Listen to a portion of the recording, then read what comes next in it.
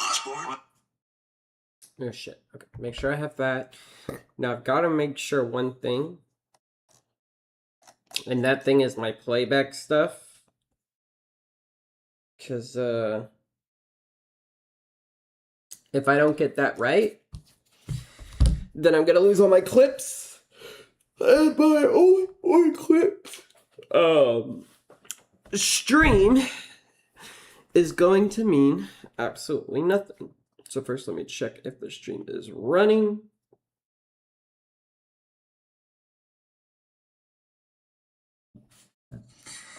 Then I'm gonna lose all my clips. Okay. My only clips. So many things I gotta check. Stream is going to mean absolutely nothing. So first let me check if the stream is running. And I gotta put this on X as well. Oh, wrong one to put on X. And I have a whole playlist. Okay. Alrighty.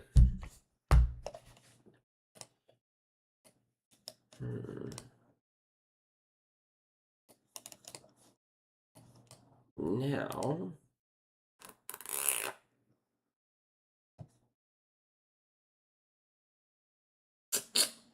Just gonna find out what to do. Wait, I forgot, I gotta post. Oh, man, it's so much grindy work. And I got all those clips down yesterday. I don't even think posting on TikTok will do me any good. Let me go to, I guess, my own channel.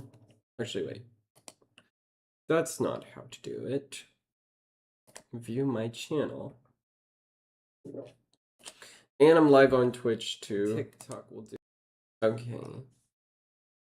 Now, let's take this. And then I'll put this here. And then we'll just put my title. Copy and paste. Man, we just gotta keep doing the same thing like every day. Name this 2020 movie scene. 26 right.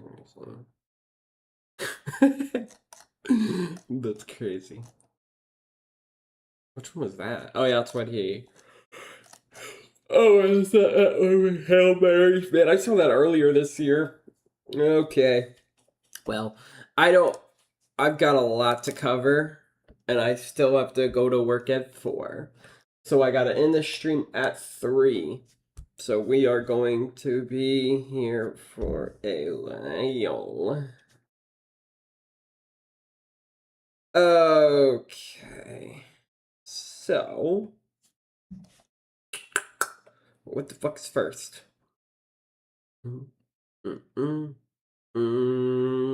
Yep, okay. Should I had gluten before this? I shouldn't have gluten before this. What the fuck was I thinking?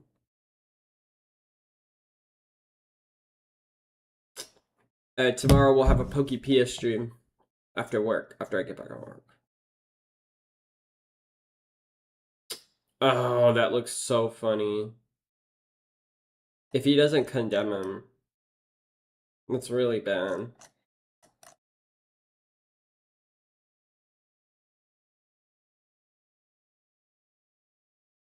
No way. He refuses himself to distance himself. Holy shit, he's fucked. Oh wow, that's 16 hours to go. Alright, so I have a playlist. I found my Gucci. Alright. Artists, new creatives to try. Alright. Nintendo losing its soul? That's so crazy. But yeah, let me, I gotta remember to put these two into one because More Pegasus covered it. I always like to say that Nintendo has no games. And after watching this, we're gonna find out if they do. Oh, I see my volume is fucky on this. I don't think Nintendo has Smash, therefore Nintendo does not have a game. Smash is Nintendo's soul, and Pokemon is Nintendo's soul, at least to me. And Mario 3D platformers are Nintendo's soul.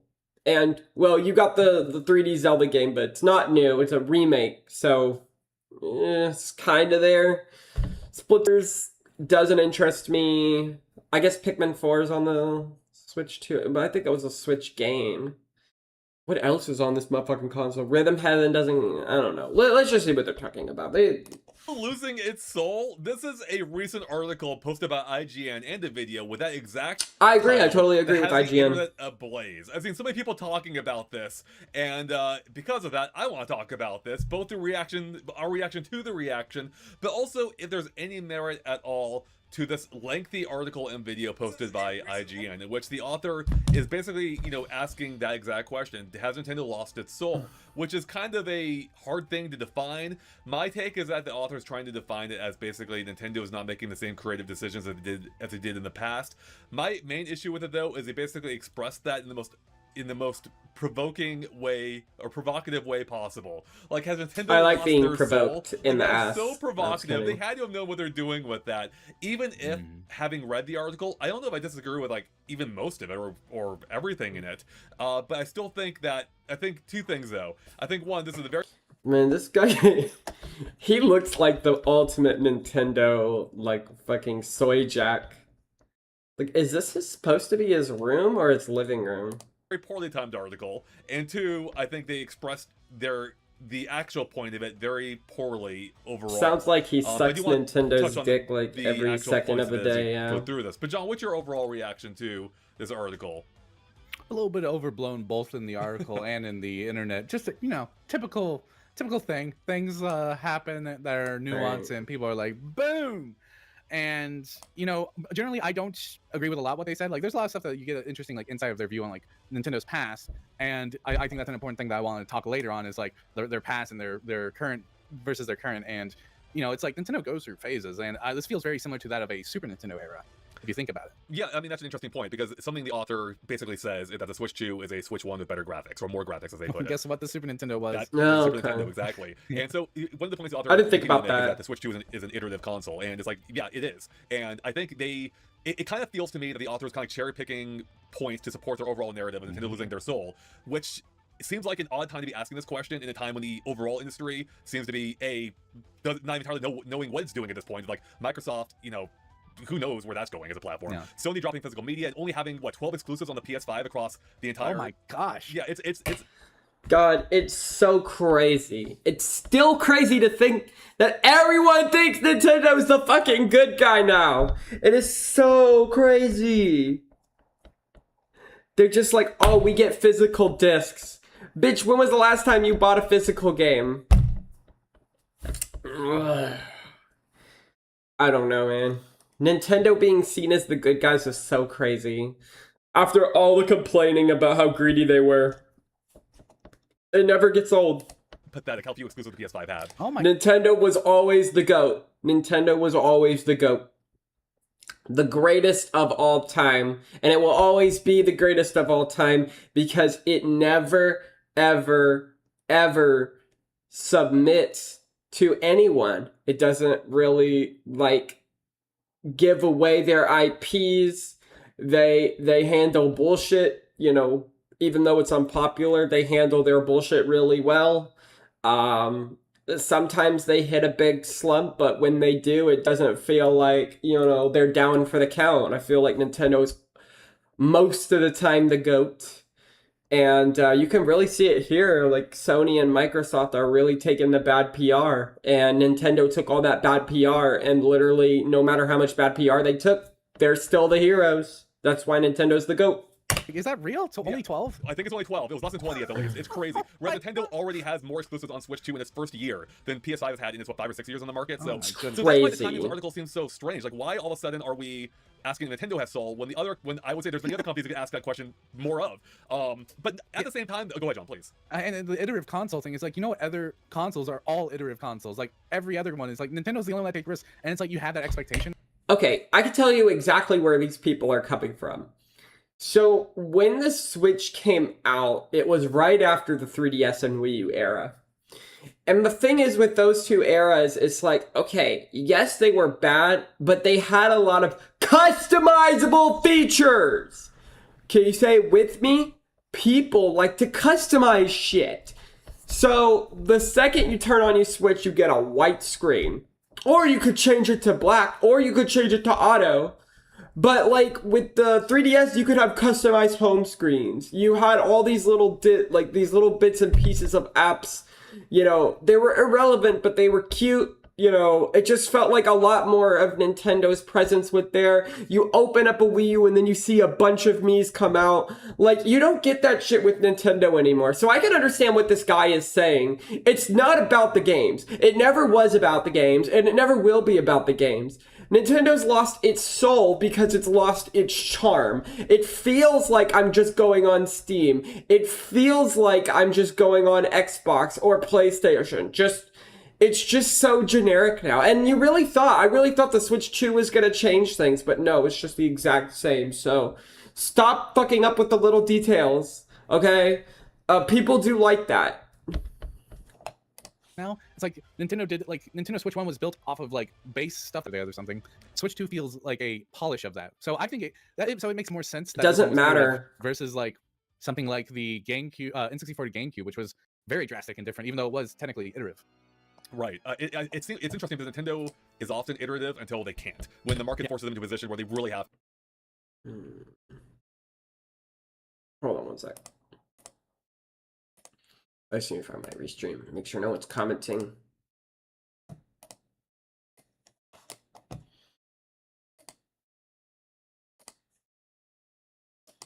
I forgot I have comments. To revolutionize how they are, which is how we got to the Switch. You know, that's what arrived us there, was Nintendo following up their biggest failure of a console in their entire history. And one more, Nintendo's not afraid to make failure of products, like maybe that talking flower in the background you have there. Absolute failure of a product. Jesus, that thing's going off constantly. Or maybe it's a winner in that sense. It's always advertising itself, right? But no. I think the problem. So a couple things. One, the outrage over. That's the thing. It's like Nintendo has this problem where it's like they could give you something, it'll just sell out. I don't know. I just feel like I guess the philosophy is that Nintendo sells itself, so they just kind of throw a bunch of crap in the wall and they don't really care too much, and it fails and then they move on. This article is definitely overblown because, like, who cares? Like, who really cares what IGN's saying? And not in the sense that I care because it's true. That we shouldn't let them have that space to say it. It's more like Nintendo doesn't need any defending right now. Like, they are on top of the world. They are king of the mountain. You know, the Switch 2 it's still breaking sales records. Like, who cares if IGN says Nintendo has lost its soul or not? It's not affecting Nintendo. They're still going to be around. I don't really care myself. Like, even if I disagree with that specific question, why do you care? And like, I feel like this is an article that normally most people just kind of feel lukewarm on, but I totally think it's the timing that just makes it feel, it's like, we're losing discs. Xbox is in a shambles of like, just not knowing what to do with itself. You know, they just laid off Xbox, the Halo workers. 343, yeah. And then I see an IGN article saying it's like the Switch 2 only. Why would anybody play Halo last quarter compared to launch? I'm like, yeah, no, duh. Yeah, when you launch with the massive amount of demand that Switch 2 had, that's going to happen. You know, it's like holding. Nintendo feels like the only nostalgic thing left. The game dropped off a cliff. It's like, well, yeah, everyone saw it the first weekend. You know, so like, I just feel like someone like Sony paid them. Like, I'm joking, and no one should believe this. It's like Sony's like, hey, start making articles about Nintendo, not us. That's exactly. The timing does seem not like to not be reading the room right now, right? With Sony really just upsetting everyone at the moment, their dismissal of physical media. You know, Xbox having a very extremely unclear future, and both. I would never want to guess. Is Nintendo losing its soul? Well, like, what soul does Sony and Microsoft have? You know, do they have anything? Did they ever have? I don't think they ever had a soul. I think the PlayStation 1 had a soul. I think the Xbox One had a soul. But then I feel like the second they got to their sequel consoles, I feel like they sold their soul to like a fucking robot demon thing. It's like Nintendo was always that 1950s groovy car. And Xbox and Sony were kind of groovy at first. They had some cool cars, and now they're just like every other car on the goddamn market. Boring, plain, uninteresting to look at. And then, you know, now they're all fucking, they're all Teslas now and nobody gives a shit. But Nintendo's always been that fun, quirky car you know?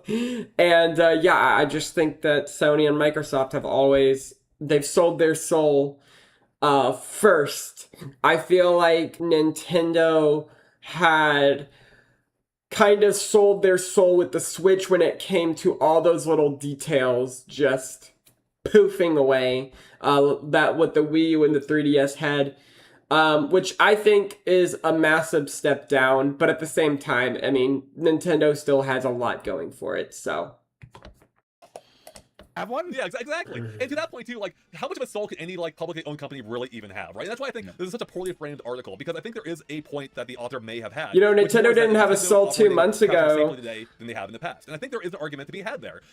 Even if it may not be fully, what's the word I'm looking for, like fully representative of how they were actually functioning these days. But in any case, I think you could make an argument. But when you ask, is Nintendo losing like its very purpose, its soul, like what made them Nintendo, in this time when the rest of the industry is kind of like pooping itself, it just does seem like oddly timed and not really understanding what's happening in the if they don't really care, why the fuck would they read this? You need to ask yourself, is Nintendo losing its soul, is when they don't put the artist first in the workplace, because that's what's been driving all their like big decisions down. Is like they take risks with Splatoon and stuff. That was leading because they wanted new artists, new creatives to try something different, and then question what fits. And if they don't do that anymore, that's when we'll immediately feel it. When they don't have that like artist-driven philosophy of creativity of doing something new and different. Well, now see, that's an interesting point, because on the one hand, I do feel like Nintendo is still expressing creativity.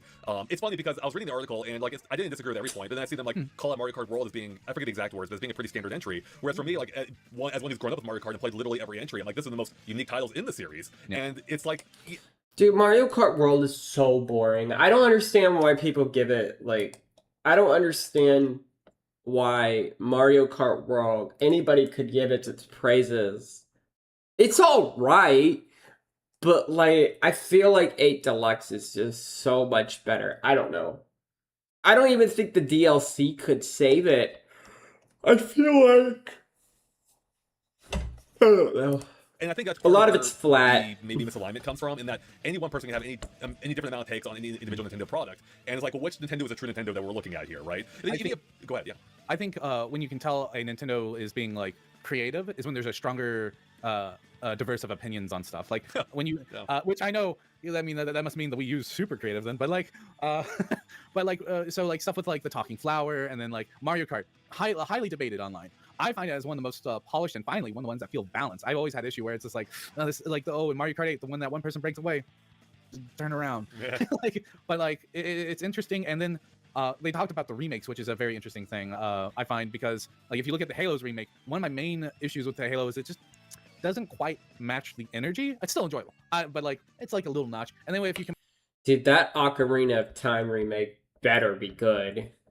I feel like if you have the Ocarina of Time remake, will the Ocarina of Time remake be a fucking Switch seller though? I mean, when I played Ocarina of Time, I had so many bad memories of it. I've had so many bad memories of Ocarina of Time when I played it. You can't see it because they're long gone in the past. I don't know where their streams went, but I was miserable for a lot of it. I had to have people help me for a lot of it. And Ocarina of Time, when you're playing the game and you have to find like strategy guides and shit, like it didn't even feel like you were playing the game. Like, I don't know, because when you release a new game, you're also going to have to release it to kids. And you know that Ocarina of Time is going to be an $80 remake. So if I was a consumer, as an adult, I would be like, I played this game before, but, it's kind of overrated, so maybe I'll pass. And if I'm a kid, I'm like, I don't know, I'm about to play Legend of Zelda game one time and I got stuck. So, fuck this shit. I'm not paying $80 for that.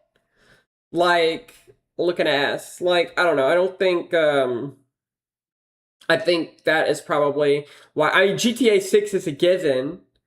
And also, you're competing against GTA 6, which is insane.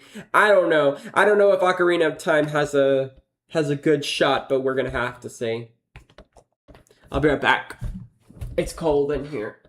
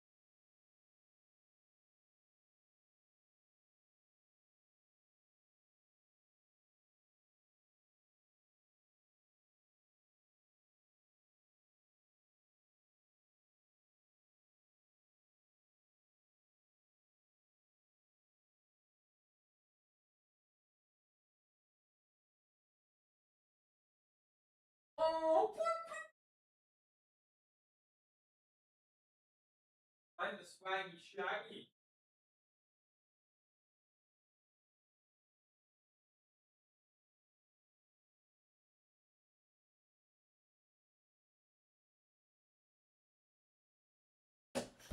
I don't know if it was my legs that were cold or not, but we're just gonna have to see.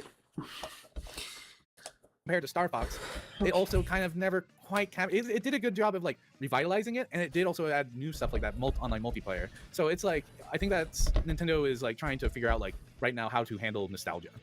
Right, and this is actually the big point the article brings up as well. They touch on the remakes in general, specifically Star Fox and the upcoming Ocarina of Time, and how I think they use that as an example of Nintendo kind of playing it safe and just kind of like mining that nostalgia without really bringing anything significantly new to the table. They mentioned by comparison Capcom and how they've remade playing it safe for as a who? better example of how those games are like 20 years old. More kind of like in a way commentary on the original, with it bringing new ideas and revisiting kind of the ideas of the original without remaking it one-to-one. Which Star Fox absolutely didn't do, be outside of the presentation. It's very true to the original, which some people have liked. I call it creatively bankrupt. What some people mistook as me talking about Nintendo in general, I was specifically talking about Star Fox. I realized I wasn't entirely clear in that. I like the Star Fox remake, but as one's been waiting for new Star Fox for a while, it's like, well, it's another version of Star Fox 64, which itself was a remake of the Super NES game. I still liked it, but I think the issue then, though, with this article from IGN is that they then carry through those thoughts and apply it or project it onto the Ocarina of Time remake based on the 10 seconds we saw of the game, calling the art style. I do you remember what he said specifically? Basically, it's like that generic kind of Unreal vibe to it. It did kind of look like that. Yeah,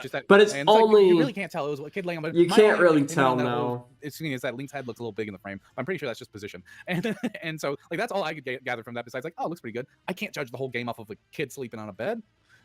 Yeah, I mean, can we judge every Zelda by that? How every Zelda begins, basically? Well, that's our next comparison video. It's just Link sleeping on beds. Yeah, there we go. Perfect. The author actually does mention that, like, maybe it's too early to talk about the Ocarina of Time remake like this. And way too early. It's still totally up in the air with this be more one-to-one. Like Star Fox are, complete reimagining like Resident Evils. And but that's why I feel like the timing of this article seems especially bad, because it almost feels like they had to rush it out. Because if the Ocarina of Time remake does end up being far more different than this article predicts, well, then there goes its entire point, basically, right? There's almost no point to this article, or loses one of its big points at least. Or maybe Ocarina of Time is a complete reimagining, a reinvention of what that game can be.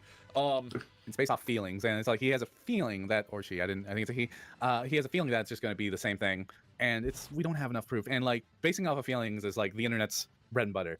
But if you look at just the sheer facts, we got Rhythm Heaven back, we got Kirby Air Riders, which I have been playing. Like it's a game that isn't going to blow your. I really feel like everybody's missing the point of what Nintendo's soul actually is. Nintendo's soul. Yes, I still know that the Wii U was really ass games, really ass launch time, but there was just a soul in there. Like I said, when you turn on the goddamn Switch, nothing. Bloop. I don't know. I don't know. I feel like, I guess what the soul that I'm thinking of is nostalgia for the 2010s. I don't know, because Nintendo's all about nostalgia, but I don't think they're hitting that 2010, late 2000s, 2010 nostalgia that people, would be looking for. I think this guy would be searching for it too. That's what I think it is. Nintendo's soul is what we had 10, 15 years ago. That's how old I'm getting. Socks off. But it's a game you'll return to over and over as long as it's an evergreen title. You may just get that feeling. And Rhythm Heaven's not meant to be a AAA IP. It's just kind of this experimental, weird, simple game. And I really want to play Rhythm Heaven if I had money. Things because they see value in each one, just in different ways, which is something the industry has really struggled as a whole to kind of view. Like Sony getting rid of its smaller studios. What was the PlayStation Studios one that made all those like cute Japanese ones? Oh, I forget offhand, but I know what you mean. Yeah. But yeah, like that studio, getting rid of them, it's my view is you get the big titles, and then you get all the little titles in between to kind of glue things together. And it really shows with like what you said earlier about like PlayStation only having 12 I think I know what he's talking about. Yeah. It's wild, right? And to the author's credit, he did call out Kirby Air Riders as one of the more. Is it just me, or does the PlayStation 1 feel like a toy? I feel like the PlayStation 1 and the Xbox One, the first Xbox feel like a toy. I feel like that's what a soul of a thing is. Like a video game console being a toy. I think Nintendo's always perfected that idea of a console being a toy. I really like that. And I really wish PlayStation kind of went that same route too, but like the PlayStation 2 was one of the highest selling consoles of all time, but it looks so boring, generic, uninspired, and that's what selling your soul looks like.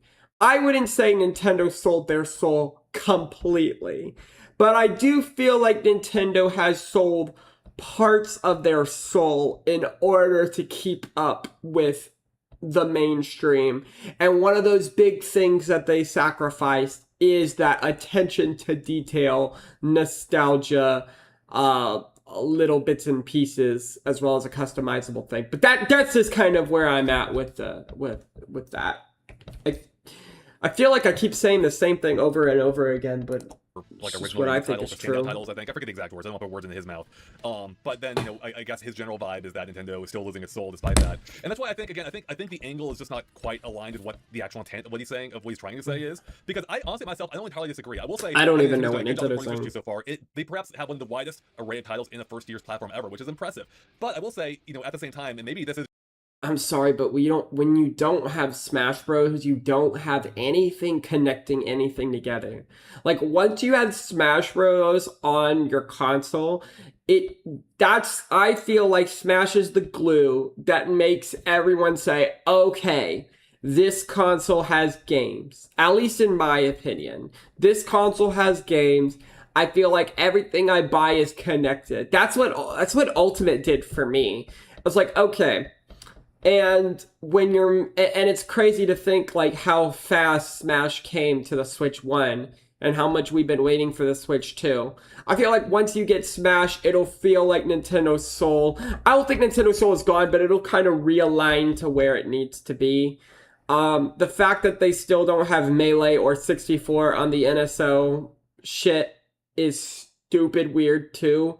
But hey, I mean, I feel like everything with Nintendo always comes back to Smash for me. So, whatever. Like, Splatoon Raiders isn't going to be a game until Smash Bros. Comes out. I'm sorry. I know I'm going to piss off a lot of people. Like, I don't care about Splatoon Raiders. I don't even play it. But it's not even a game to me until Smash Bros. Comes out. Smash Bros. Comes out and I'll realize Splatoon Raiders is a game. I don't know. I'm probably going to be pissing off a lot of people, Nintendo fans. But you know what? Sue me. Maybe you'll agree with me. I don't fucking know. Just me. As one's been a long time Mario fan, I do feel like there's been in these last few years. This ain't Mario, I'm a Nintendo fan. I think it's a Nintendo. Long time Nintendo fan. Yeah. Either way, Mario and Nintendo fan. It does feel like there has been a bit of a lack of like truly entirely new, like ground-shattering ideas from Nintendo, whether it's a form of like a new IP or a truly brand new take on an IP. Maybe excepting DK Bonanza, even though I didn't like that game, I will admit it's a unique take on it. That's what I said about divisive. See, you didn't like Bonanza. You didn't like like my favorite thing ever. It was kind of hard to play. I really loved it, and I do think it was very different. And the fact that they took a gamble on DK of all characters to really change and refresh them up. I want to know why you didn't like it. But yeah, the fact that we have that device. As I was having a hard time liking it. But you are waiting on that. The game just was so messy when I gave it a shot.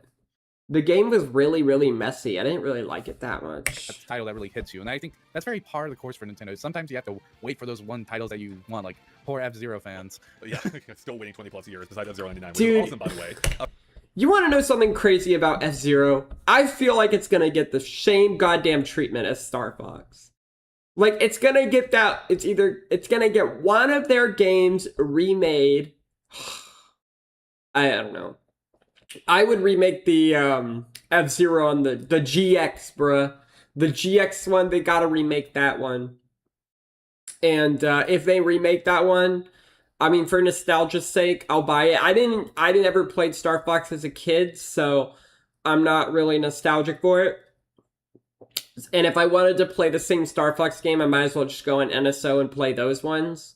But yeah, I mean, if X-Zero GX Remake came out, hopefully to God it's not $80. But that would, if it wasn't $80, I'll definitely go and try it out. But yeah. F-Zero would probably most likely get the same treatment as Star Fox. No doubt in my head. Perhaps actually one of Nintendo's more interesting titles in recent years, for me at least.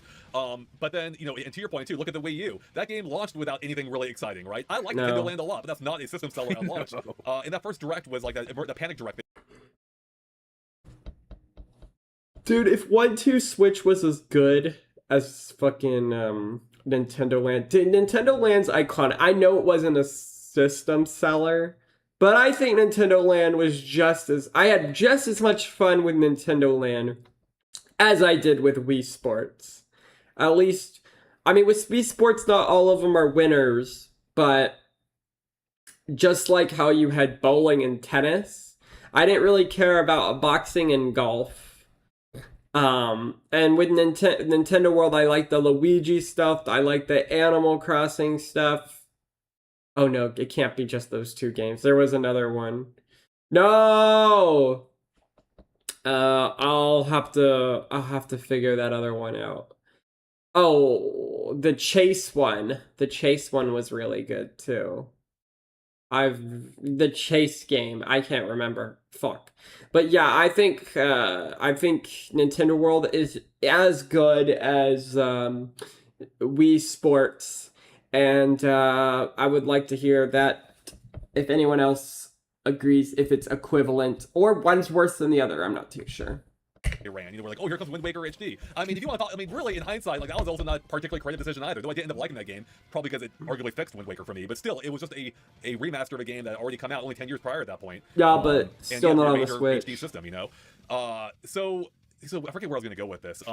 But yeah, I mean, it doesn't really matter. I will say, like, I'm not mad this article exists. In fact, I'm kind of glad it exists. I think it could probably exist in a better form. But I don't think Nintendo's immune to criticism, and I don't think we should, like, knee-jerk react to people who do have a different take. Because even if he is off base, even if he is wrong in whatever objective sense he can say, again, who cares? Like, who really cares? I mean, yeah. I mean, granted, they are one of the biggest outlets out there, of course, but with so many outlets these days, it doesn't have the power that it carried 10, 20, 30 years ago. I used to work at IGN. I haven't mentioned that yet. I used to work at IGN. Like, if you publish an article like this then, that could actually, I don't know if it would hurt Nintendo, but, like, the implication of it would be far greater than it actually is now. Where now you get a lot of knee-jerk reaction on Twitter. It doesn't actually change anything, so. Yeah. And I just think, this just, I don't know, my perspective is that we've been crazy through to think how nothing anybody says really matters. They're a reactionary company, but they're a slow reactionary company. So you kind of, it's like a frog in a boiling pot. It's like they'll eventually make a move. Yeah, actually, it's a really interesting point, because Nintendo was sitting on this treasure trove of IP for literally decades, and it's only because of the failure of the Wii U that Iwata finally decided to broaden their prospects to theme parks, to movies, which his article touches on as well. And he also, and it's interesting, the author mentions he likes Super Nintendo World, but he thinks that the two Mario movies are, like, completely devoid of creativity, which is funny, because I actually totally agree with that on the first one, but I would agree with it with Galaxy, for instance. Not entirely. I like Galaxy still, but I absolutely see the complaints of that one more than I do with the first one. But then at the same time, Super Nintendo World, it's cool, but I also wouldn't say it was, like, anything super revolutionary by theme park standards either. Like so again, yeah, you're right. It's a theme park. It's kind of a standard theme park, and I honestly think you could probably do Nintendo even better than they did. Though there are elements that they do well. I don't want to take away from it either, but it's just interesting they can pinpoint, like, one thing as being super creative. I don't think Disneyland was. I think Disneyland was probably standard too. This IP in a new medium, Which, and again, it's fine to have your different taste. I myself have my different take on both those two as well. But the problem you start running into is when you start, like, applying it to, like, an objective criteria, to whatever objective criteria you can have for, like, a company. I just wish Nintendo consolidated everything with their theme park.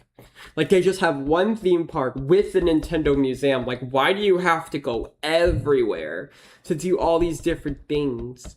Like, you have Nintendo headquarters with Nintendo Museum, with the Nintendo theme park, with the gigantic Nintendo shop, like the biggest shop for Nintendo in the world.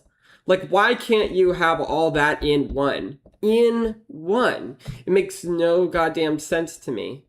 It's so weird. Losing its soul once again. Which, again, if they just title this article differently, I think the reaction could have been much different. But that's probably also partly the point. But again, also, even though we're discussing this right now, I'm not mad by it. I agree with parts of it. It's just like the larger question as a whole, like, is Nintendo losing their soul?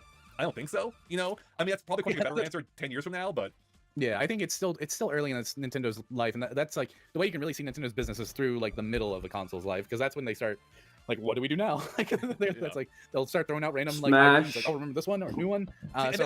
And that's kind of, I think maybe that's what, like, for me personally, I feel like we're kind of missing, is that new IP. Like, the newest IP we've had from Nintendo in the last several years was Drag X Drive, and I don't know that they really count as an IP. The fuck was that? How kind of bland it is in terms of presentation. How the fuck do you remember that? I will say, gameplay-wise, it's unique, and I appreciate that it existed on that front, but it's also, pretty dead right now. I think not many people are going to remember. It really doesn't. We get from the launch of the Switch 2.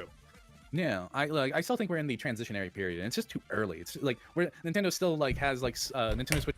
New Nintendo IP should be such a slam dunk for Nintendo. I just don't understand how they don't produce one.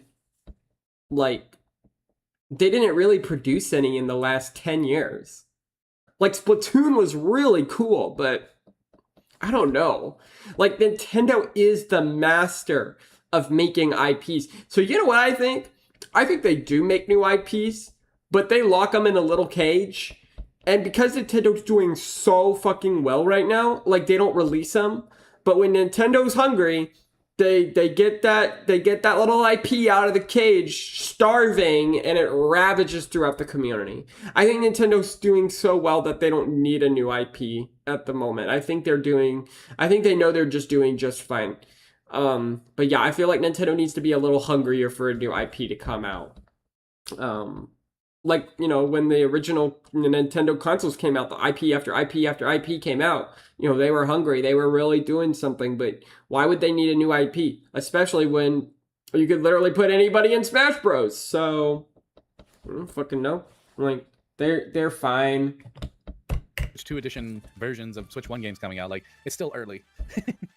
So, I want to wait and see. I see some interesting things about, like, the remakes, about how, like during the GameCube era, people like saw this fancy graphics, but that wasn't Nintendo. What was Nintendo? It was Wind Waker, but we took it for granted back then. It's like, yeah, it's like that. Yeah, that was us. That was us back then. We were feeling that. We were like, why is this cartoony? And then you look back on it. It's like, these are type of things that we need to like think of yourselves in the future, looking back on. It's like, does this make sense?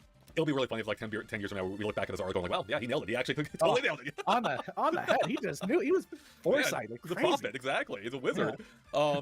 But yeah, I mean, honestly, right now, like even if I may not love everything Nintendo's been doing these days, I also wouldn't nearly say that they've lost their soul. In particular, like coming off like Splatoon Raiders right now, which isn't even all like super original or anything, but it is a lot of fun. And it is an original take within the IP of Splatoon. You know, something we haven't quite seen before, a looter-based shooter with Splatoon. And it's like, this is cool, this is fun, and I had a blast with it. And you know, and even if Nintendo is losing their soul, like if we're still having fun with the games, how much does that really matter? Yeah, like I've been having a lot more fun with Star Fox on this one than I've ever on the 64. I think as a kid, I barely scraped by beating the game. But with the new one, I'm digging into the challenges. I'm doing the online multiplayer. It's been fun to really do that, even though it's like I didn't know there was online multiplayer. Oh yeah, there was. I could have done that on do all those in weird SO if I wanted to, Nintendo but things. something about the new version, That's the thing. You have to buy Nintendo's soul.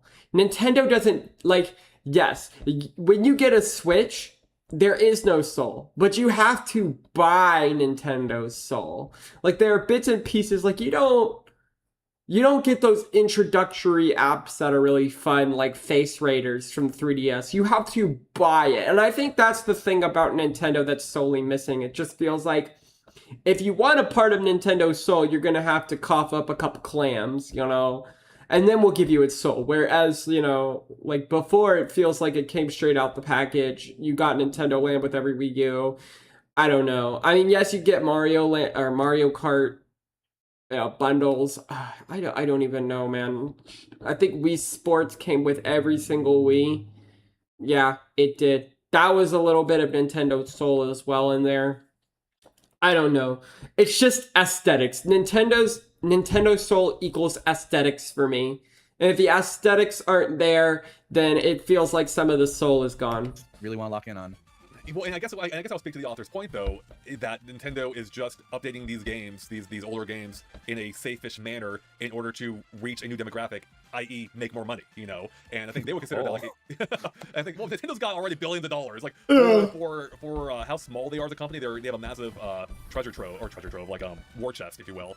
And so I mean, like I forget what the numbers were. Like this was even 10 years ago, like or 15 years ago, when Nintendo's failing in the Wii U era. There was a number going around like Nintendo could make like 10 Wii U's and still survive. You know, they could like bomb 10 generations in a row and be okay.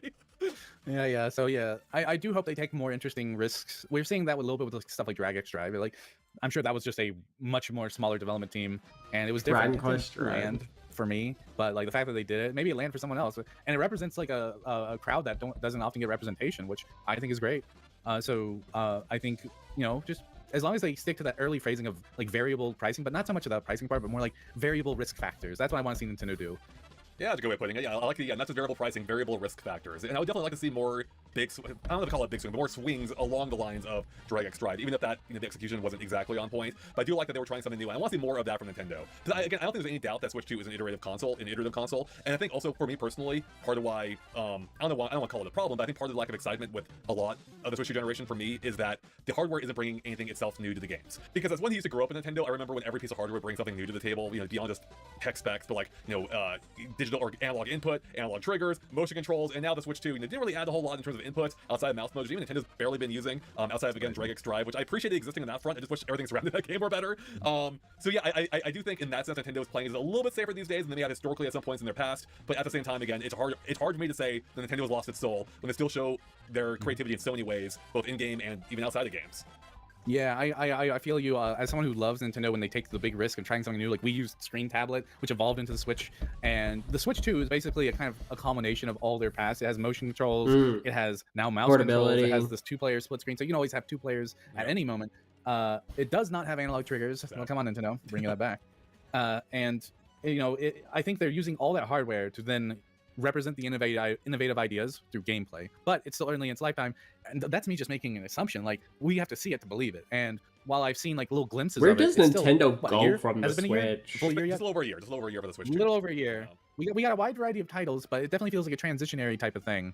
And you know, as we get to see more, like once we're in like the middle life of this game, I think that's where we'll really feel what the Switch 2 is all about. Like right now, too early to tell. It's a nice hardware, some good software so far, great third-party support. That's probably the biggest innovation they've done this one, is actually get third-party support in.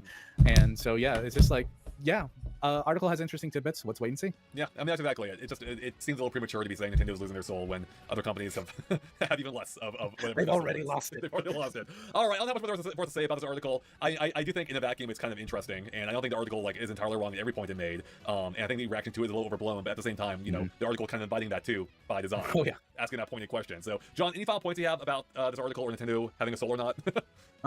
Well, has IGN lost its mind? No, I'm kidding.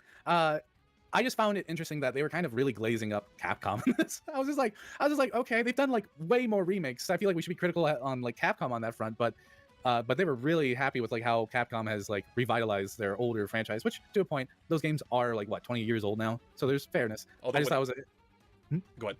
I just thought it was just weird to strictly say it's like, oh, but when Capcom does it, it's great. I mean, Nintendo. Yeah, it kind of also shows the subjectivity of it all, because there's like an infamous YouTube video from a pretty big creator, Crowpat, I think is his name.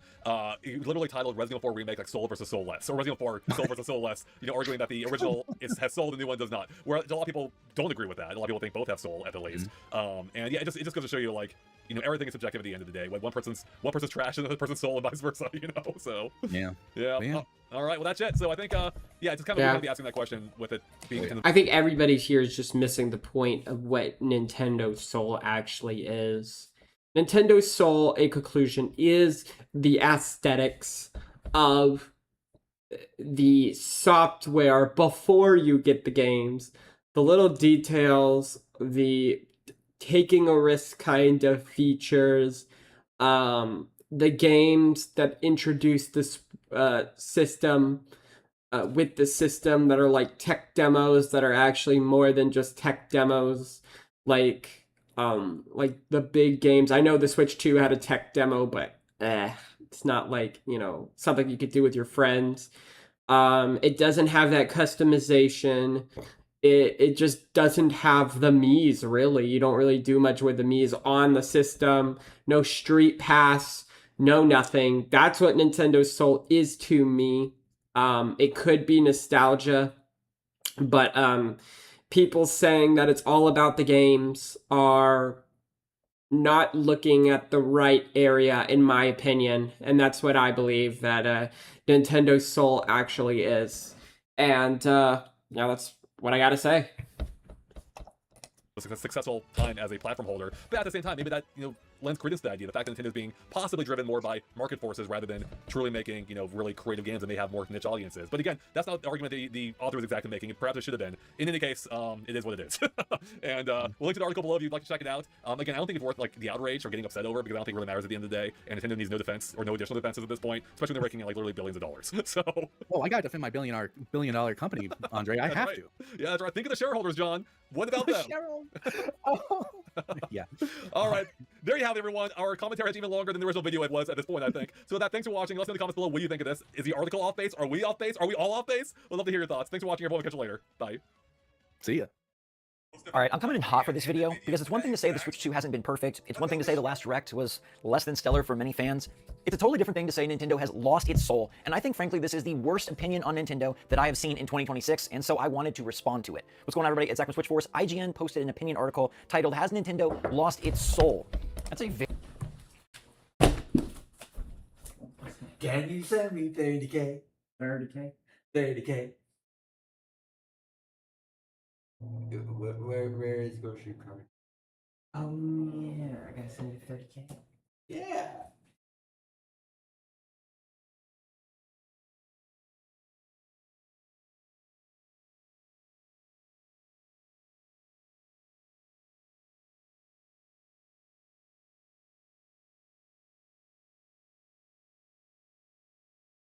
In there. Okay, card. All right, I'll text you some. We only have $60 in there. Yeah, no. Butter. Give me 2 Caesar salad kits. Oh, and malt vinegar. Do you remember exactly? Huh? Yeah. Thank you.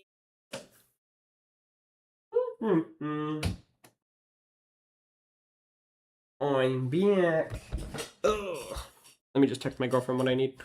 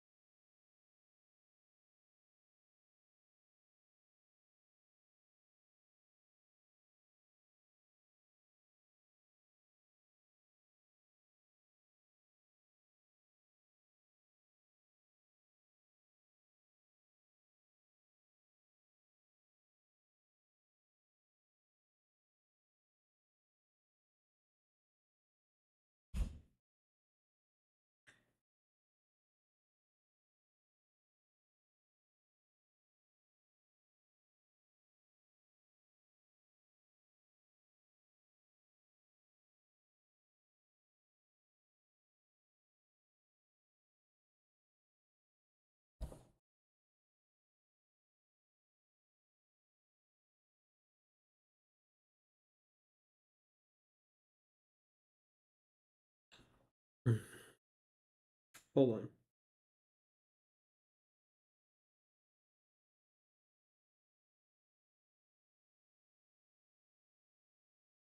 All right. Sorry about that. All right. Let's see if this guy gets the idea. Very bold claim, and even bolder that the article argues, yes, they have. And while I've been a vocal critic of the Switch 2 myself in some ways, like, hey, where is the announcement of the big tentpole titles for 2027? Where is Mario? Where has he been? Why was the last Direct a bit lackluster, and why has Nintendo opted for a strange mode of communication throughout this generation? But one thing I would never say is that Nintendo has lost its soul, that Nintendo has lost its way, or that the Switch 2 is not a great system on a great path. No matter how I feel about the current lineup, it is ridiculous to assert that Nintendo should go back to how it was rather than where it is right now. And let me know if you agree or disagree in the comments. Look, if you disagree, tell me I'm crazy, but I think this is crazy. This article from IGN is asserting that, hey, Nintendo used to be this company that did the Wii, they did the DS, they did quirky stuff, and now they are a soulless company that makes movies, boring Switch 2 games, and that the Switch 2 itself is boring because of the fact that it's just a better Switch. Now they go one step further and decide that the upcoming Legend of Zelda Ocarina of Time remake, which many people are incredibly excited for, is going to be a bust because it reminds them of the Space World 2000 demo reel for GameCube, where they showed off a very realistic-looking Legend of Zelda that was replaced 12 months later by Toon Link. Now let's discuss and dissect all of this. All right, yes, Nintendo has always been a quirky company. I would argue that the Switch and the Switch 2 are equally quirky. Remember that the Switch and Switch 2's gimmick is that it's a hybrid console, and you can say that that's no longer a gimmick, but Nintendo basically invented it. The Switch 2 being a better Switch is being looked at as a negative in this article, and I've actually heard this part echoed in some areas of the gaming industry. Some people saying, why would I buy a Switch 2? It's just a better Switch 1. And to that I say, Nintendo doesn't need to reinvent the wheel when the wheel is so smooth, when the wheel turns and spins with such beauty. You don't need to have innovation for innovation's sake, because then you end up with the Wii. Now, this article asserts that the Wii is classic great Nintendo. I'm going to argue that the Wii is Nintendo doing Nintendo stuff and having immediate success due to Wii Sports and the popularity of motion controls. But in the long run, I just remember when the Switch came out, it was such a great time. I don't think the Wii is the system to look at from Nintendo's history and say that is the archetype, that is the model, that is the mold that we should fill once again. I think the Wii was fun. And this article talks about how Nintendo used to be a toy I maker. feel like They the used to Wii make things that were became less walled fun gardens as within their the own years ecosystem, and went now they've got by. movies that spread the globe, theme parks that are all over the world, and a console that plays more third-party games than first-party. And somehow this is all a bad thing. Somehow this is Nintendo losing its soul. And what it really reeks of is somebody who grew up with Nintendo being more quirky and niche, and like you were cool to be a Nintendo fan, and now everybody's a Nintendo fan, and that bothers this person. It doesn't bother me because... Do you think if the Wii U came out today, it would be bad? I'm wondering if that's the case. 2026? I don't know. Nintendo in many ways has not sold out. Yes, they have adapted. Yes, they have incorporated other ideas like we see with Splatoon Raiders, but it still takes on a Nintendo styling. It still has the charm and the wits and the wonder I would that agree only the it's maker of there. Mario can bring. This article says that Miyamoto is phasing himself out of the company. Many others are leaving and retiring, and so Nintendo is losing the magic that it had, but that's just factually not true. Some of the most quirky, crazy, and weird Nintendo games have actually come in the last couple of years. Let's look at Super Mario When Bros. Wonder Miyamoto and Donkey Kong goes Bonanza, away, two games you're gonna that have a completely break from Nintendo mold, even for renaissance Nintendo, for and some have flowers reason. talk, elephants pop, and entire levels be destroyed. These ideas were actually brought about by younger Nintendo staff members. Miyamoto surely provided guidance on Mario Wonder, but it was a new era for Nintendo and the development team to move from the bland, boring New Super Mario Bros. Series to Mario Bros. Wonder. They called it Wonder because it actually left you wondering, how did Nintendo pull this off? In fact, I would say that Nintendo really regained their own curiosity and their own magic in the Switch era, rather than finding themselves in a path that pushed them towards mediocrity. The article talks about how for every great Switch 2 game like Tomodachi Life or Donkey Kong Bonanza that are trying something new, there's a dud, a soulless misfire like Metroid Prime 4, or not a whole lot, the article says. Dude, Metroid Prime 4 definitely fucked things up for Nintendo, man. I don't know. I mean, it's quite obvious, but I just don't understand how anybody could fumble that bag so hard. They completely do not mention or ignore some of the biggest, coolest, weirdest Switch 2 games that have released this year. Pokemon Pokopia is an attempt to do something dramatically different with the Pokemon franchise, an IP that traditionally stays stuck. And here we have a... Pokemon will do anything but, like, give us red, blue, and yellow on the NSO. They'll do anything but that. Anything. They will fumble Metroid Prime 4 before we get red, blue, and yellow. And you know what? That's why I think those motherfucking, like, people are taking advantage of the, 2D, 3D fucking Pokemon red, blue, and yellow things. Because if Nintendo won't do it, they most certainly will. And I don't know. And gold, silver, and crystal on the NSL, they'll do literally anything. They'll make a whole fucking Pokemon Minecraft before they give us what they actually want. And that's what I don't like about fucking Pokemon. Is like, they have such cool, innovative back catalog of things. And they don't want to do anything with it. It feels like it's the same way with the TCG2. It's like they have a back catalog of cool things, but they won't really re-release it like Magic does. I don't know. Pokemon boring at some points. Really boring at some points because, they're like anti-nostalgia or something. Game that was not only very unique and very creative, but insanely successful. Like very Expanded Package came out to anti-nostalgia. rave reviews, and the game itself has Pokemon sold needs to millions. learn from that. Pokopia mixed Minecraft with Dragon Quest Builders with Pokemon in a way that did include enough objectives to please those who maybe were put off by Animal Crossing. Yeah, but I heard still on had enough Twitter it's ingenuity, kind fun, of and getting self-expression boring. to make sure those who love building their own city felt welcome. Yoshi and the Mysterious Book is one of the biggest surprises of the year for me, a game that I regarded as ridiculously boring when it first was announced. I need to play this. And yet I can safely say that Yoshi and the Mysterious Book Weasel's is in one it. of the If most Weasel's in the Nintendo game, Nintendo it's games over. that has come out in ages. You're literally utilizing the NPCs and enemies of the world to solve puzzles and explore all the different ways that said enemies can assist Yoshi, interrupt Yoshi, or even be carried by Yoshi. It is totally Nintendo magic at its finest, and it works. I It can see looks if the Switch great. era I just don't had care created a about place Yoshi where Nintendo was games. bombing on their own efforts, but burgeoning forward with Resident Evil 9, Pragmata, Diablo 4, Call of Duty, Modern Warfare 4, and more. But while those ports are all very successful, the first-party offerings have been quality as all heck. They might not be the ones I picked. They may not have the same new IP feel as something like ARM. Dude, most Nintendo channels just put their Nintendo shit on the background and they just talk. It's such zombie mind control. It's mind controlling me. Like, can you show your face, man? Like, can you show your face? Like, this is what most Nintendo channels do. I think he did show his face at first. Yeah, he did. But now it's like the whole video, dog, is just Nintendo clips. Like, are you not an interesting person? Why can't you have, like, are these the games you played, or did you steal these clips? Like, I don't know. The zombification of Nintendo channels is crazy.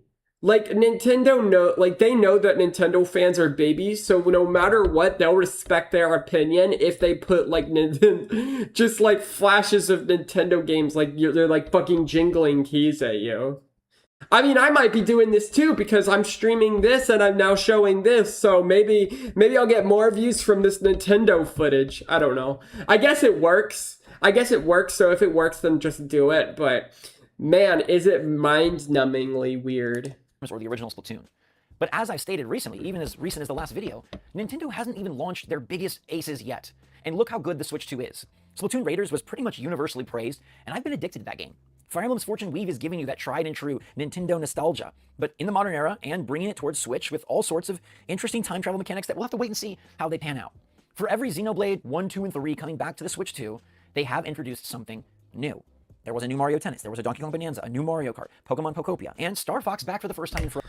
You know, when you put Mario Tennis in your list, you might as well just not say anything, man. Mario fucking Tennis? We had Mario Tennis, guys! Mario Tennis! That was a game! That was a game!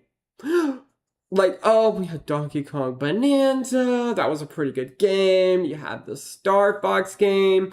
You got Splatoon Raiders. We got Mario Tennis. You got the new Rhythm Heaven. And then you're like, wait a minute, what? What? Did you just try to sneak Mario Tennis into there? Like it was some kind of actual game?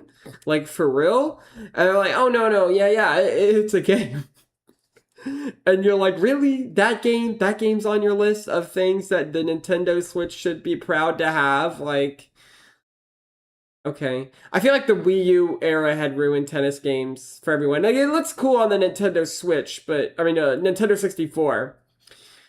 But man, the Wii U, definitely. I liked Nintendo 64 tennis because it really was just a back and forth. Now you have to, like, fucking do like one of those Final Smash tennis things. I don't know. Not a big fan of Mario Sports, but I don't think it deserves to be in the same class, in the same conversation as Bonanza, Star Fox 64, etc. That's just me, though. And look, this article and I both have issues with Star Fox. It's remaking the game for the third or fourth time, and it's pretty short for its $50 price point. Nonetheless, it's a fun game. Still weird it's $50. This article doesn't criticize it for being short, it criticizes it for looking like the rest of the industry. It's acting as if Nintendo's graphical leap is something that should be frowned upon. And I think that's absolutely insane. No, I think Nintendo's it looks cool. embracing of technology is one of the things that has allowed the Switch 2 to be so successful. And yes, the Switch 1 did not necessarily need that tech to achieve insane heights, but it would come to bite them. For every Wii that started off hot, there was a Wii U that completely floundered. And it's of my belief that Nintendo followed up the Switch 1 with a similarly archaic technological system. They may not have been able to keep the momentum going. At some point, you need to evolve. Your games need to evolve, your ideas need to evolve, your graphics and hardware need to evolve. And in my opinion, there's no part of the Switch 2 that holds back Nintendo from being Nintendo just because it's got stronger, more modern innards.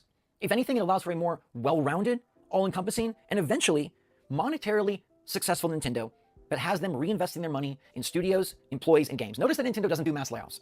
Notice that Nintendo doesn't do mass studio closures. They're one of the only brands in gaming that is able to keep a clean record on that front, or at least the cleanest of records, because they are so darn successful and they run such a tight ship. And yes, the first year and a half of Switch 2 is not my favorite year and a half of Nintendo, but neither were the back half of the Switch 1 years. And if Nintendo is course correcting by allowing their tentpole titles to have some space, now they'll come out within the first 4 years of this system, I don't know that that's necessarily a bad thing. And there's definitely not a dearth of what to play, as indies and third parties have filled the gaps better than they have on any Nintendo console since the Super NES. And I believe that wholeheartedly. I'm just wondering why people get fired. Platform since the Super Nintendo. It's got the most entrants, it's got the most big guns, it's got day-and-date releases, and it's a place you can go to play just about anything. This article also asserts that Nintendo spreading its wings and exploring theme parks and movies has yielded mediocre results and Nintendo settling. Miyamoto defending what Illumination made with the Mario Galaxy movie, and that it's a bad movie and boring and should not be held up. Yes, some could argue that the Mario movies are not great movies, but I don't think you can argue that they're not fun movies. Yeah. The Mario movies brought me many smiles, just as many Mario games have before them. And as a lifelong Nintendo fan, seeing these characters realized on the big screen, whether voiced by Chris Pratt or not, brought... It's just an ad. Mario Movie Galaxy is an ad, and if you see it as a movie, Like, I would see Mario Galaxy being here, like, in this theme park. Like, there's, like, a movie thing, and then you see Mario and Luigi, you know, topping each other off, going from block to block, you know? Like, literally, like, it belongs in here. But, like, after the fact, if you're trying to see it as more than just a movie, then it's not an ad. It's just like, what are you doing? Me a lot of joy. I thoroughly enjoyed both Mario movies without deeming them to be Oscar winners. They don't have to be the Odyssey in order to be incredibly worthwhile. And while the theme park is targeted heavily towards younger kids, and is not my pick in terms of other theme parks, Epic Universe, California Adventure, I still believe that Super Nintendo World is a joy and a sight to behold. It's something that you can share with your children if they're Nintendo fans and you're Nintendo fans. It's something that bridges the gap and allows Nintendo to be experienced in more ways than just through a screen, and frankly, in an era where screens are everywhere, I think that's pretty nifty. Nintendo can be more than just the quirky games that they made for many years, because Nintendo still makes those quirky games. If Nintendo had abandoned their identity in favor of a bland, washed-out, modern, sterilized system, I might be inclined to agree with this article. I would be bummed to see the company that wowed me with Super Mario Sunshine resort to games as services, Destiny-type titles, battle royales. But look what happened when Nintendo incorporated other ideas. Look at what they've done when they've taken the roguelike idea with Splatoon. Look at what they've done with Donkey Kong Land's gonna go crazy. There is no part of me that feels that Nintendo embracing modernity. But it should have been Legend of Zelda creativity. Land. In fact, they seem to be rising together, two mountainous peaks uniting to form really the envy of the industry. I think just about every other Why developer can't and they publisher would look at just Nintendo and say, have "That's a what we want." Nintendo They're no Land, stranger to like small, strange full titles, as theme mentioned in this park? article, like Tomodachi Life. And we've seen too little of the Ocarina of Time remake to properly judge. Yes, it's going for a more realistic style, but it's also going to be coming out in prep of a Legend of Zelda live-action movie that inevitably is more realistic because it's got real people. Realism does not equal bland, and realism does not equal the absence of identity. And it could be that way. Maybe the remake won't be the greatest game on Earth. And I do find it a bit odd that Nintendo opted for a Star Fox remake and a Zelda remake as the first main titles in those franchises on this new platform. Are people really bored of Splatoon down the multiplayer? road. 3D Mario is inevitable, and it's not going to be bland and boring. Just look at Mario Wonder and Bowser's Fury. The two most innovative creative Marios we've experienced in probably decades are the most two recent in the 2D and 3D franchises, respectively, and they were both on Switch, and they were both glorious. There is no world in which I see Miyamoto, Furukawa, or the young development up-and-comers at Nintendo allowing Mario to fall and falter and flutter into a pit. Instead, I expect it to rise to higher flutter, heights than and Mario Odyssey. falter. I think this read is completely off. And while Nintendo has made some different attempts, and they're not always the most successful, Metroid Prime 4 was not probably the game that it should have been after 7 or 8 years, but then again, it's a game that took 7 or 8 years and a couple of restarts. But not every game being perfect means that the company as a whole is soulless. Nintendo losing its soul would be felt and would reverberate around the update that bitch? You would grab your Switch 2, and you would know if this thing was sold. Could they make a patch for Metroid, or is that just the game? That's what I would think. Why would they? You would know when playing it if it didn't have an identity. You would feel if Nintendo had lost its charm. And I guarantee that if you ask yourself honestly, not a single one of you can say that's true. Whether you felt like Mario Kart World was worth $80, whether you fell in love with DK Bonanza, is he really doing that? Was your cup of tea? Is the Pokemon world going crazy? What the fuck? Has a lot. He's really doing that with his console. The system blends. Yeah, this is the Nintendo Switch 2. We really be doing things like this. Oh my god. That's what it should be. A system doesn't need to be one thing for it to have an identity. What the fuck was that? A system can be more, as long as they remember their roots. And nothing Nintendo has done shows me that they've abandoned that. Yes, it's been maybe not the smoothest Switch 2 start, but the sales numbers disagree. And so many screaming fans of the last Direct that I deem It's not the sales numbers. It's not the games. It's just the presentation. I think I'm gonna make a video on this because I'm pissed off about this. At least favorite also disagree. There's something for everyone so far, I believe. Maybe not everything for each person. Just like whoever made this IGN article is actually a dipshit. But the system is super good. I think them moving it to the modern era with technology was the smartest move they could have made. And I think most Nintendo fans are embracing the fact that Nintendo is not trying to keep us stuck 5, 6, 7 years behind its competitors. No, in fact, Nintendo is now in the driver's seat. Nintendo is dictating the industry. Nintendo's quirkiness, their charm, their joy, their soul is actually being replicated. Astrobot, that's a game that takes directly from what made Nintendo great. The hybrid console has become the whim of the world with PC portable systems. Nintendo is having impact. Nintendo is maintaining their excellence. Nintendo still has more to come. And if you think that soulless means better graphics, I think you need to reevaluate what you liked about Nintendo in the first place. Nintendo at certain points was definitely an industry leader. They created the first major 3D platformer, and they've had plenty of other evolutionary steps in their games along the way. Nintendo being classic Nintendo, gameplay centered, focused on what it's like to play. What kind of hair is that? And Nintendo well, I gotta look at my hair first. Modern, technically sufficient. Those things can merge, and they do on the Switch too. Let me know what you think in the comments down below. Do you agree with me that Nintendo has done an excellent job of maintaining their soul while also keeping their things? You can't spell ignorant without IGN. That's crazy. That is actually pretty funny. Yeah. Nintendo has apparently lost its soul, says Acclaim. Hold on. All right, I'm coming in hot for this video. Same? Is Nintendo losing its soul? This is a Is this the same?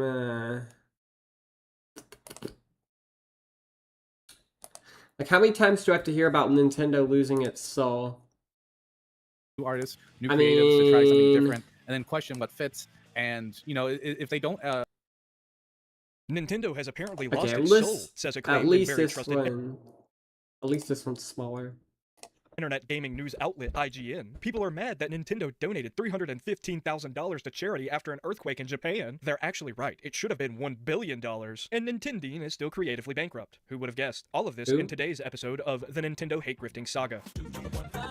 I don't think it's a surprise to any Nintendo fan when I say this, but the average internet NPC over the past year or so hates the Nintendo Switch 2. And it's for no real reason other than not being able to form their own opinions. When the Switch 2 was announced and its prices were announced, there were people that literally generated thousands of dollars just regurgitating the same lies and overblown concerns. Really? The main one that comes to my mind is Nintenpeen, whose entire online identity at this point is literally just slop posting daily 20-minute videos where he says literally nothing more than just Nintendo bad over and over again for the duration of the entire video. How I would could go you as far as to say he is as bad as RGT85, and that's a How do fucking you say accomplishment. Nintendo's bad last night every... when one of his videos came up in my recommendations, and I just wanted to take a look at it with you guys. All right, let's watch this video and see if it's actual cinema. Did you miss me? No, Okay, just skip the intro. Oh, okay, self-plugging his second channel.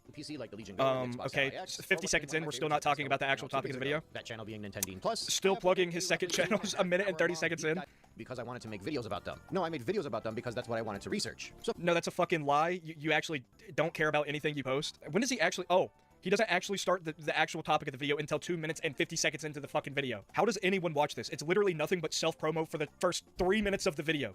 This is not content. I'm not watching. I mean, hey, you gotta make your bread, bro. Chill out. You gotta make your bread. Watching 20 minutes of garbage to find out what this guy has to say, so let's just check his Twitter. Oh god. This doesn't surprise me. Nintendo will do nothing but drop the price. All of Europe has purchased fewer Switch 2 consoles than Japan, despite Japan having major shortages through its first year. Should it have overcharged for the console in Europe? And he is quote tweeting a tweet from Nintendo Store UK where it says you can build your own bundle, which this bundle is not actually exclusive to Europe. I've seen this in America as well. I would like to add that there were major shortages through the first year in Japan because the console is really popular in Japan and people keep buying it, but pop off, King. So I did a little digging and I found this article by VG Charts that compares the sales of the Nintendo Switch 1 to the Nintendo Switch 2 over the same time period. And this is in Europe, by the way, but yeah, this red line right here is the Switch 2. And so far, in the same time period, in Europe, the Nintendo Switch 2 has outsold the Nintendo Switch 1 in the same guy. time period. And the amount of consoles the Switch 2 sold is he actually does the closing in metrics on 5 million consoles. The Switch 2 has sold 23 million consoles, so that's a large portion of people buying Nintendo Switch 2. I don't care whatever way you slice it. It is a lot of people. Now, I'm not sure how accurate this chart is, but even if it's a little off, I'm That's still not surprising sure because the Switch 1 was really innovative for its It doesn't time. make sense. Oh no, one of the most competitively priced consoles on the market has the most sales in the region where it's cheaper and the most popular. Oh, the horror! At this point, you are literally inventing a narrative so you can perpetuate your ever-dwindling internet relevance. Because as much as people hate the Nintendo Switch 2, I have seen that the general online discourse start to shift. You know, like the pendulum is starting to shift towards people actually realizing that the Switch 2 is not as bad as these Nintendo hate grifters would want you to believe. To add insult to injury, Nintendo has the second channel called Emudine, where he is constantly glazing the Steam Machine and the Steam Deck, both of which are a lot more expensive up front. And in the case of the Steam Deck, the Switch 2 is both cheaper and more powerful than it. Now, I understand that comparing PC What? He has an alter ego? That's insane. Motherfucker has an alter ego? What is this guy called? Emodine? Oh my god! Okay. I'm gonna have to make a video on this guy. Hold on. I need a pen.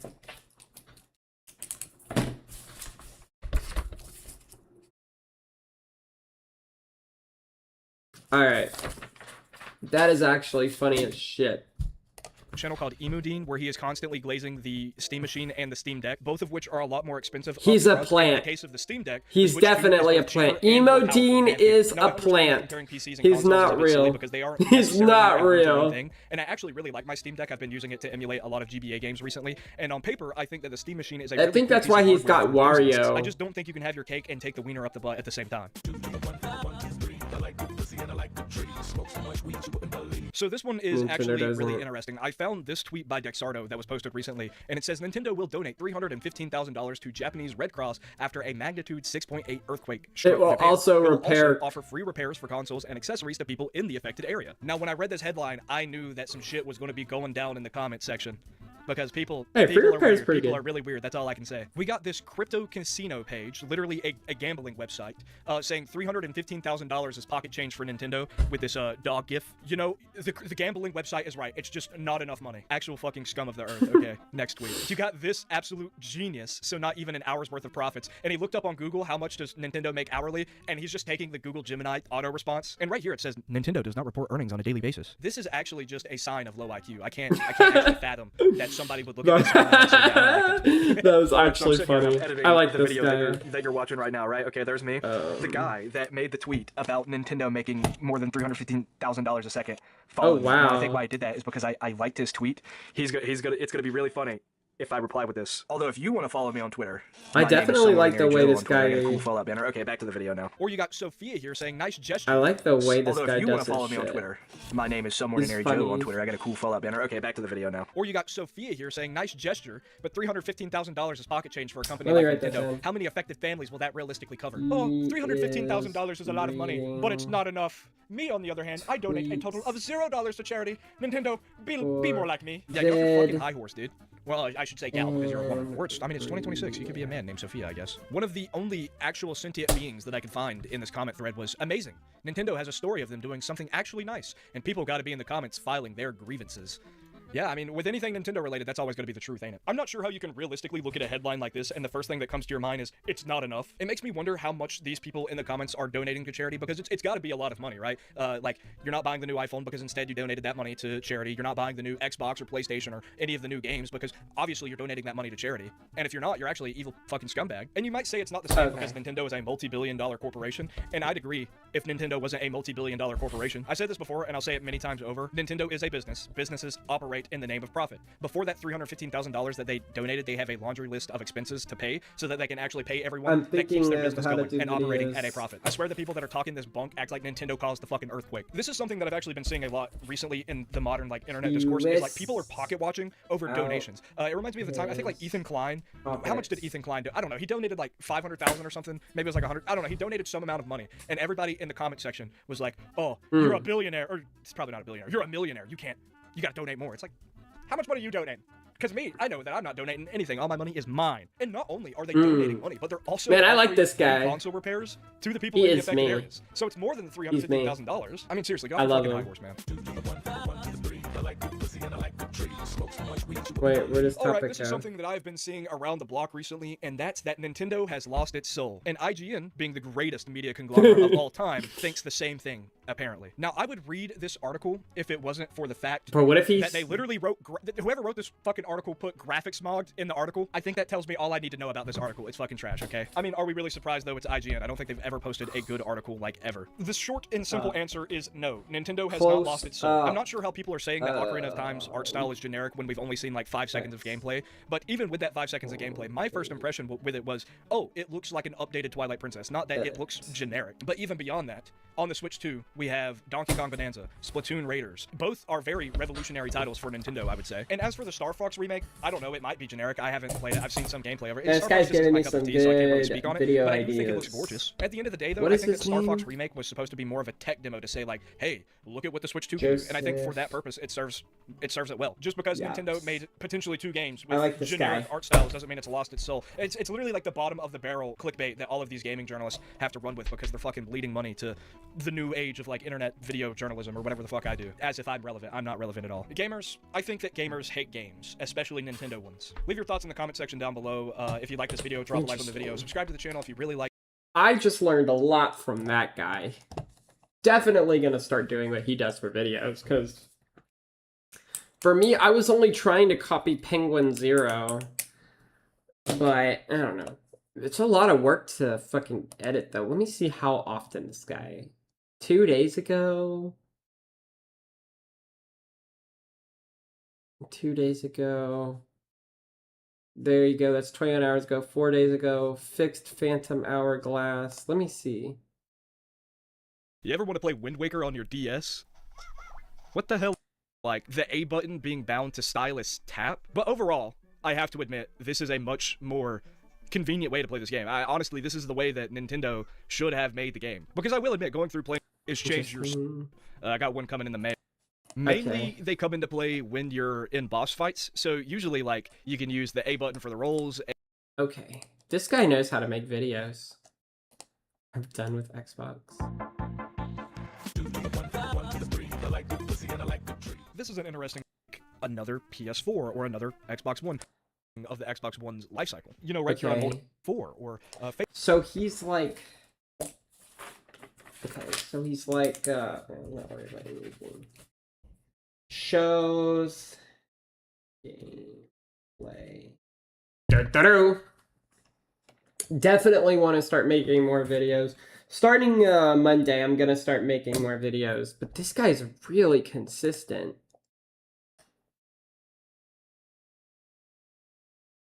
Two weeks ago. So 5 days to make a video. A day to make a video. Another day to make a video. Another day. How the hell is he making videos that fast?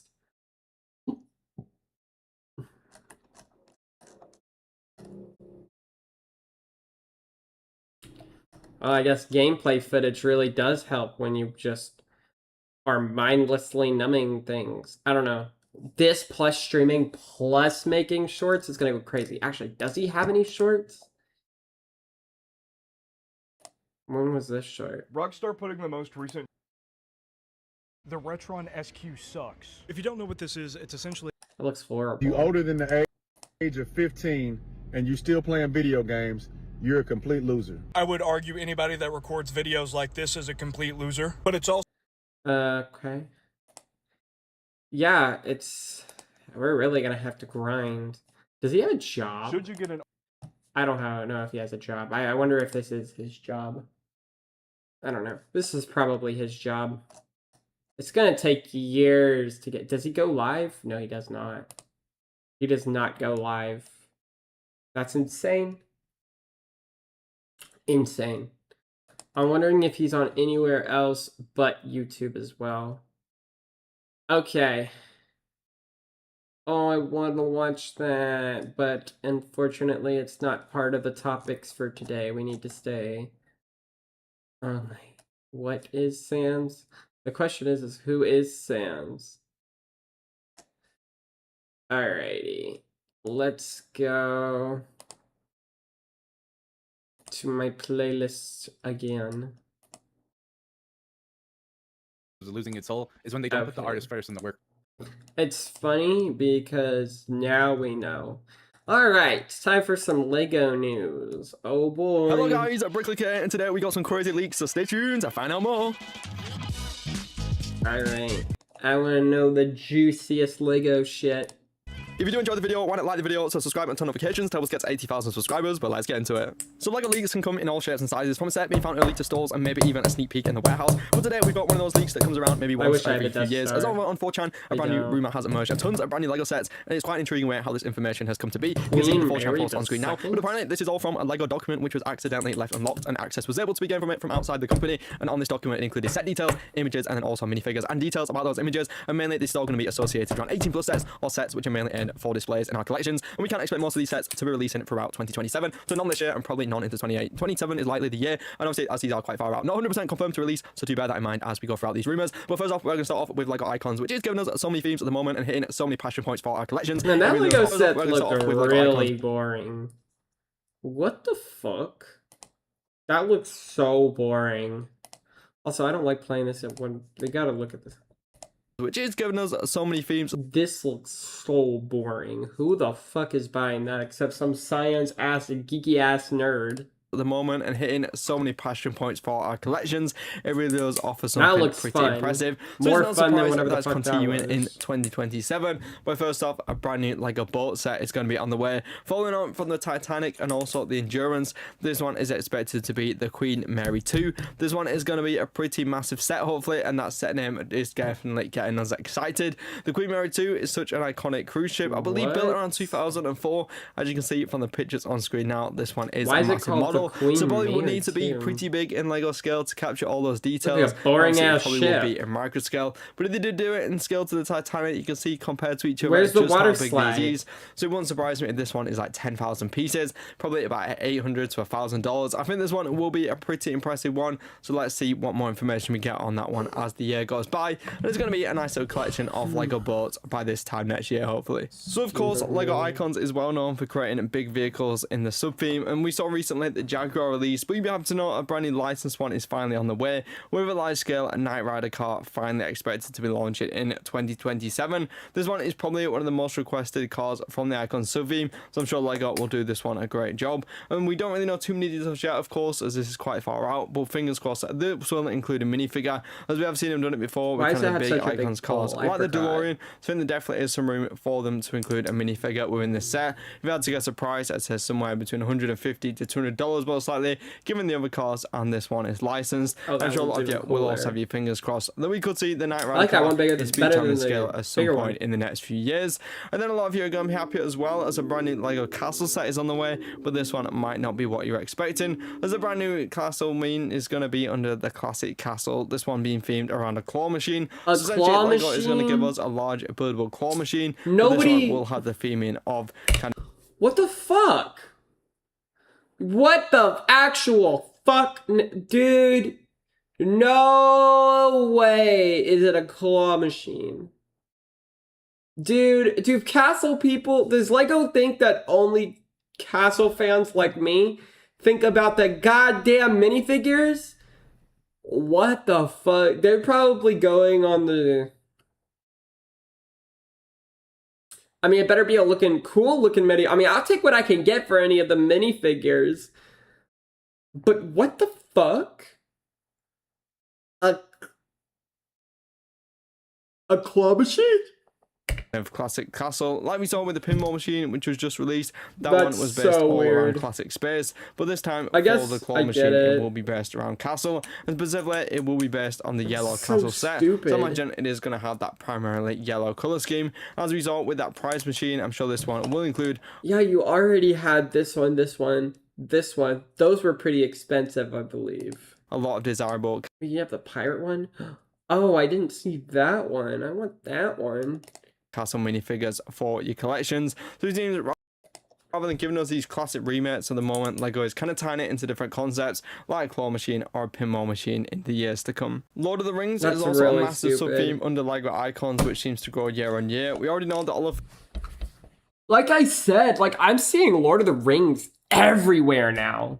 I don't know. It's infected Lego. It's infected Magic the Gathering. I wonder where else it's gonna infect. It's coming next year, but a brand new one as well is going to be Lord of the Rings Helm's Deep. This one is expected to be the massive Lord of the Rings set for 2027. It's a location which Lego is going to really be able to capture in detail by doing it at a big piece count. If you don't like your Lego Castle claw machine set, this is what you would need to go for, man.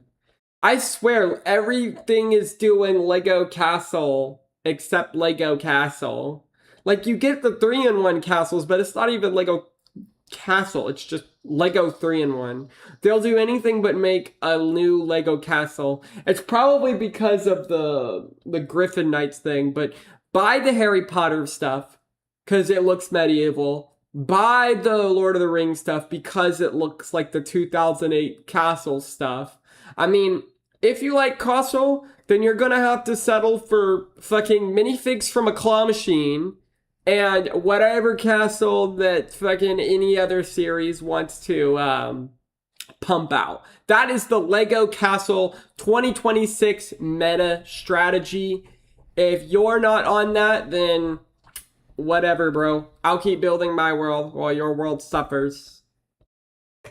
And imagine this one anywhere between 6,000 to 8,000 It looks pieces. really cool. Hopefully plenty of minifigures. I imagine similar to Minus Turf, they could do this one where it's micro scale on the outside. Then when you flip it around, there will be some minifigure scale, like we saw them do recently with those big Lord of the Rings sets. But now so many of you are going to be happy for year on year to be getting these big Lord of the Rings sets, which are just epic display models. So that one is going to be really good, but probably lightly expensive. But there will be a little bit of a smaller Lord of the Rings set as well, probably in a similar size to what we saw with the Shire. This one is going to be launching as well well in 2027. This one is set to be Lord of the Rings, The Prancing Pony. So this one is going to be an interesting location. It's going to be great for Lord of the Rings fans, but probably given the architecture That's the and Prancing minifigure Pony? selection, it probably will also appeal to castle fans. So I this feel one like I be should a watch... really interesting one. It depends What how the big they fuck go with is this one. that? Will they give it an open back, or will there be a 360-degree closed building? It always going to depend on that price and the piece count, but I'm sure a lot of you are going to get excited to get free buildings Lord are of the Rings lame. sets in 2027. It also seems like the Krusty Burger won't be the final LEGO Simpsons set for a while, as another one is expected to tie somewhat within the movie coming out in 2027. This one is going to be quite a generic one though, with buildable Homer Simpson. It's kind of expected. LEGO loves its buildable characters. They're probably going to make to another do a one. Simpsons one kind of makes sense for one of the most iconic kind of characters in movie and TV history, being Homer Simpson. I imagine this one probably $100 max. I don't think it will be a huge one, but it probably will be pretty detailed. It's interesting. I really hope that the Simpsons movie 2 is just the last Simpson thing to ever come out. Did anybody else hear Marge Simpson's voice? Like, it feels like her throat is just straining. That's what I remember. Also, they should have re-released that one. Fucking crazy. They only released the Krusty Burger and the Quickie Mart. I don't know. Like I said, they're doing another buildable character rather than another minifigure set like a remake of the Simpsons house or the that's Quickie Mart. stupid. I'm sure this one is going to be popular with casual Simpsons fans, and also just a nice buildable set to have on your display. So imagine this one will be pretty similar to what we saw, kind of with a toothless set, that kind of size and piece count. As I mentioned at the start of the video, LEGO Icons loves to give us surprises and probably licenses you probably want thought that weren't one gonna for happen Dr. in LEGO. Hill. We've seen that a lot over recent years, like with Star Trek and also the SpongeBob set, which is going to be launching in September. But that's also, of course, going to extend into 2027, where a brand new license is going to be joining the lineup. This one is going to be LEGO sets, or maybe just one LEGO set based on the IP of Street Fighter, which is definitely going to be a unique one, and this one potentially could be pretty cool. There's loads of minifigures which they could do for this one. Which would be When really Nintendo unique doesn't, designs, or when LEGO doesn't give me what I want, I potentially. cry. So we don't really know I actually cry. what the set is going to be based on, just that there will be a LEGO set based around Street Fighter, at least one of them LEGO in 2027. I probably Fighter. don't think this one will be a full theme, so that is why I'm saying it's probably going to be Hadouken. under LEGO Icons as just one set. And then last year we saw LEGO Pirates of the Caribbean return with a Black Pearl. There is kind of a loose rumor there is going to be a brand new one in 2027 from this source of all this other The Black information. Pearl looks Probably beautiful. the weakest of the rumors of all this one. LEGO will do anything but pirates as well. They'll have a 3-in-1, but they'll do anything but pirates again. Like, I don't understand why they won't. It's just an infinite moneymaker. Do the kids these days don't like pirates? Do they not like fucking Castle anymore? Or space? Are we just that... I don't know. Maybe it's just for older people. LEGO doesn't care about LEGO anymore. They only care about these fucking IPs every single time. And when they do care, it's so minuscule. And you know what? It's crazy because LEGO is treating LEGO like it's its own IP now. I swear, they're treating LEGO like it's its own IP. Okay? We're going to do a LEGO castle thing. But the castle is just an IP that we're going to do like every other IP. I don't know, because it's like one and done, and then they make us wait a long time. Like, they don't have a theme for those anymore. It's like they've replaced Lego fucking castle with Lego Minecraft. You know? I mean, I don't even hear anything from City anymore. Like, I don't know. Lego just loves these IPs, man. So just take this one They with a love- little bit more of a pinch of salt. They love I'm IPs sure so much media that would they're like to an see IP. Another Pirates of the Caribbean set in 2027, and give the success at the Black Pearl, it wouldn't surprise me.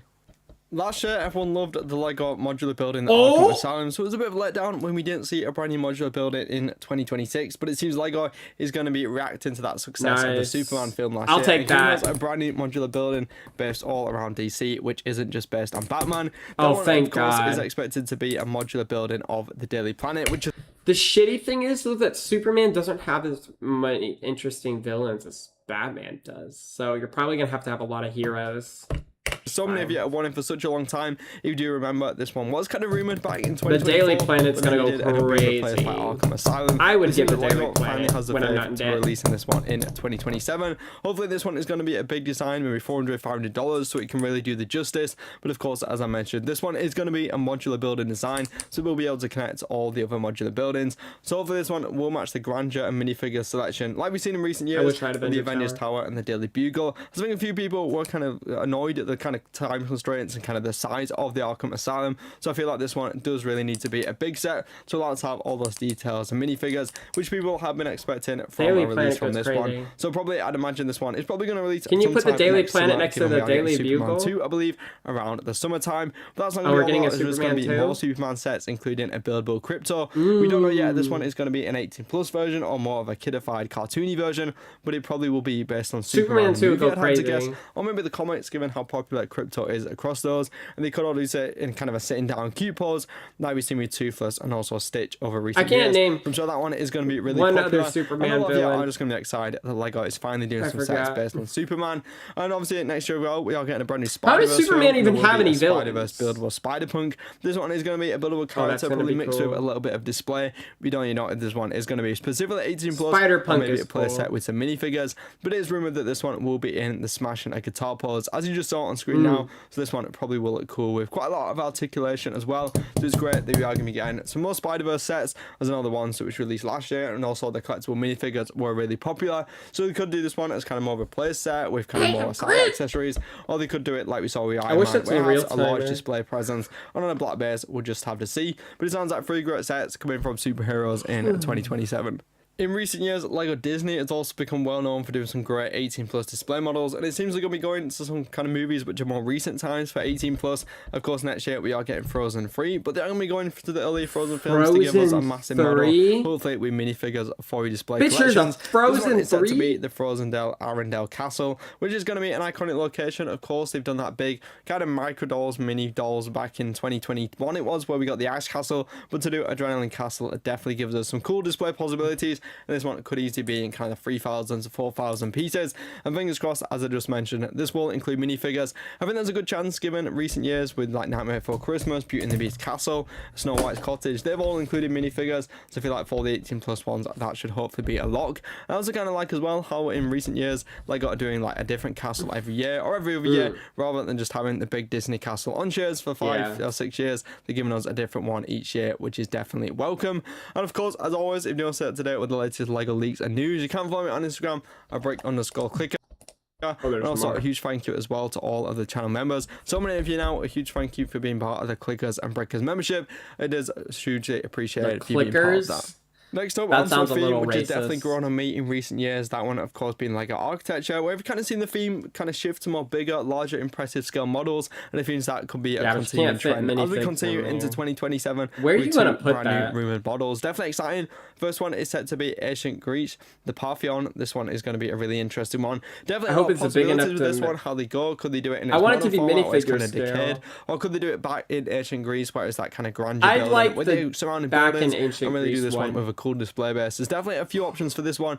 It would be really cool if it could do kind of a 2-in-1. It probably would inflate the piece count, 2-in-1 would be cool. I'm definitely excited for this one. Destroyed or not destroyed. I really enjoyed these big, kind of spectacular minifigures buildings from the builds, and then also the final display model. So can't wait to see that one. The other model though is going to be San Francisco based. This one is going to be this one's going to be big. This one has kind of been a model everyone has been saying for the past few years the LEGO architecture needs to make, and it seems like in 2027 they'll finally be doing this one. There's no way. They kind of how they do this one. Do they do it with kind of end just cut off at the end, like we saw with Tile Bridge, or will they do a bit more of the surrounding areas? Will they include water underneath? I really like with architecture how they can do different styles, including different parts of the landscape, or just doing the monument. But I've really grown to love LEGO architecture in recent years, so kind of wait to see these brand new additions to the collection as we move into 2027. Then on to LEGO Star Wars, where we often see so many 18+ sets released this year. Of course, the massive $1,000 Death Star back last October, but in 2027, we're expecting a buildable Captain Rex display piece, which is definitely an intriguing concept. I've seen this one, though, is going to be a buildable character, like we've seen in recent years with Chewbacca, C-3PO, of course, most recently the Boba Fett, and this one would fit perfectly. Captain Rex is a character which is definitely grown in popularity over recent years, so it will be a really fitting inclusion. I imagine an exclusive version of the minifigure, also on a display base, and maybe in some customizability if you could switch it between phase 1 and phase 2. I kind of doubt it, but that is kind of the premise of the Captain Rex. And then another set which a lot of people were predicting will be a brand new UCS Millennium Falcon. Again? Of course, 50 years of Star Wars anniversary next year. LEGO have said they always want a Millennium Falcon on shelves, so it seems like the perfect time to kind of rejuvenate the model which has been on shelves for 10 years, hopefully with more interior, more detail. Just how big they want to go with this one and how much they want to push that price and piece count. But I could just how could you go better than that? 1,000 pieces. So I'm definitely excited for that one to kind of see it and all the minifigures included. Then next up, a buildable Hello Kitty set is also on the way. Of course, we've had rumors about Hello Kitty. I'm surprised we haven't gotten that there before. will be an 18+ version of buildable Hello Kitty. This one is going to go perfect. Like we saw with Toothless, that soy Stitch, ass all those boy. characters, Hello Kitty fits perfectly into that demographic. So this one, I imagine probably at $100 max. I'm probably releasing sometime next summer.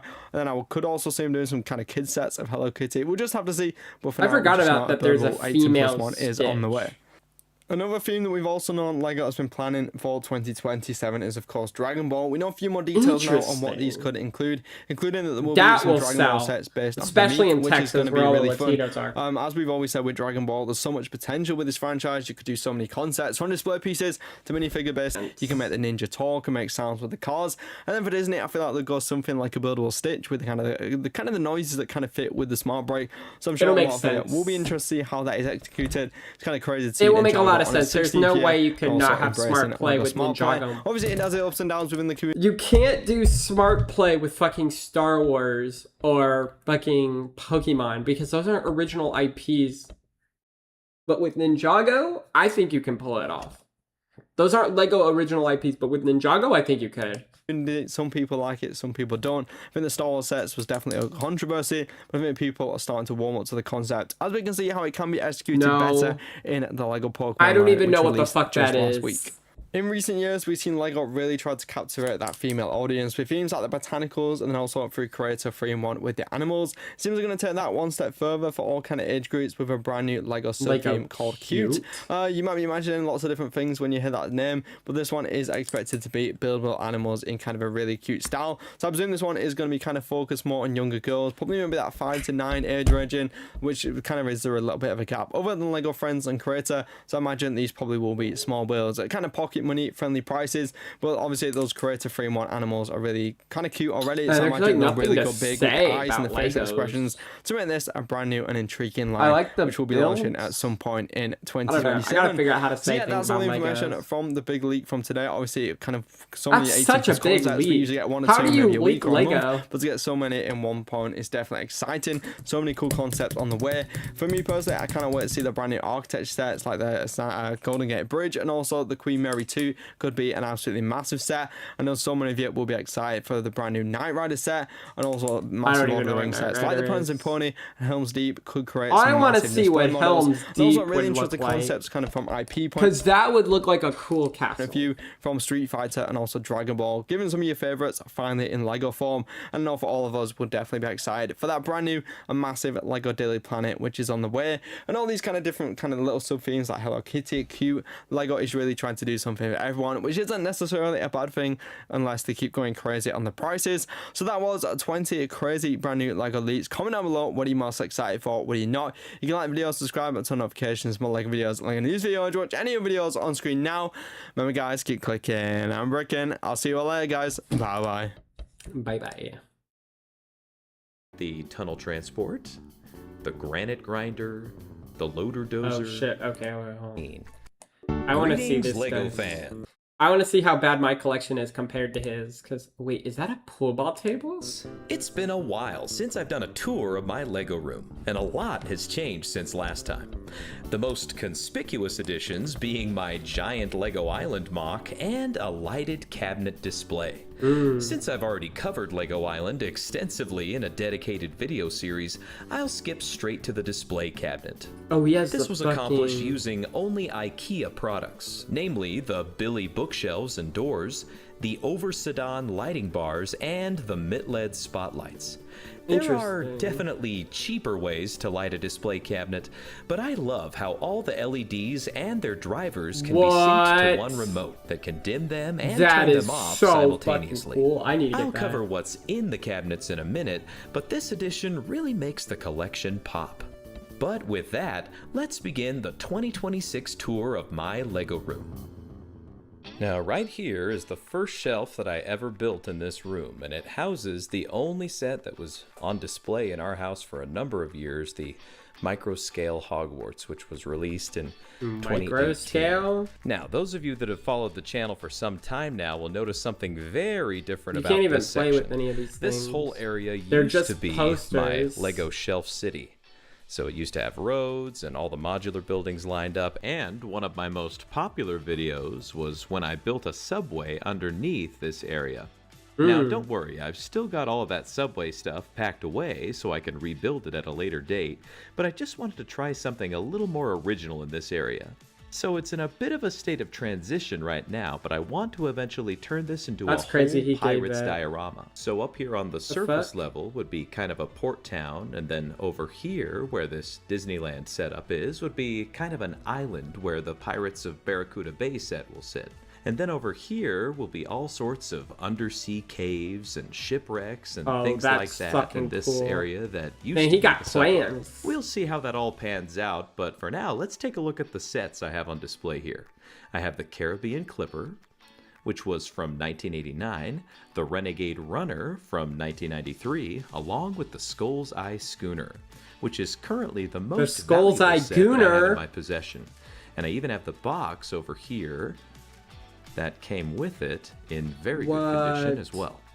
That is pretty good. But as I was going over the Pirates theme, I just realized how much I love this theme and started collecting it myself. In fact, a lot of the copies of the sets that I have here, basically every ship except for the Skull's Eye Schooner, actually came from Schleginger, who offered to sell them to me after having shipped them to me for the Retro Lego episodes, and I was very grateful for his willingness to do that. Since he has multiple copies of these. So here's the Black Seas Barracuda as well. That's awesome. Then there's some more of your standard modulars. There's the bookshop right here, which I intend to actually kind of change the facade of to make it fit a more 18th century vibe, sort of get rid of the birch tree here and put a palm tree here instead, but I think the architecture lends itself towards that. Then of course there's the town hall, and I think if I change that to 1691, that'll fit the time period a bit better. And then there's the Parisian restaurant. Once again, I think the architecture works really well. And then I plan to sort of put this all up on a raised dock with the water side right there. So Legos are meant to be played with! Then They're over toys! here is one of my favorite modern sets, the Pirates of Barracuda Bay from 2020. This is also one that Schleginger had in his collection, an extra one, and he offered to sell it to me as well. And up here on this raised corner shelf is a set that's been here for a very long time, the A-frame cabin, all lit up with a light kit from Game of Bricks. And then there's the I guess at night it wouldn't right because it lights which up. is a separate smaller set. Then over here on the L part of the Shelf City is a temporary spot for the Disneyland train station and hillside, which is a mock that I built originally for the Winter Village setup last year.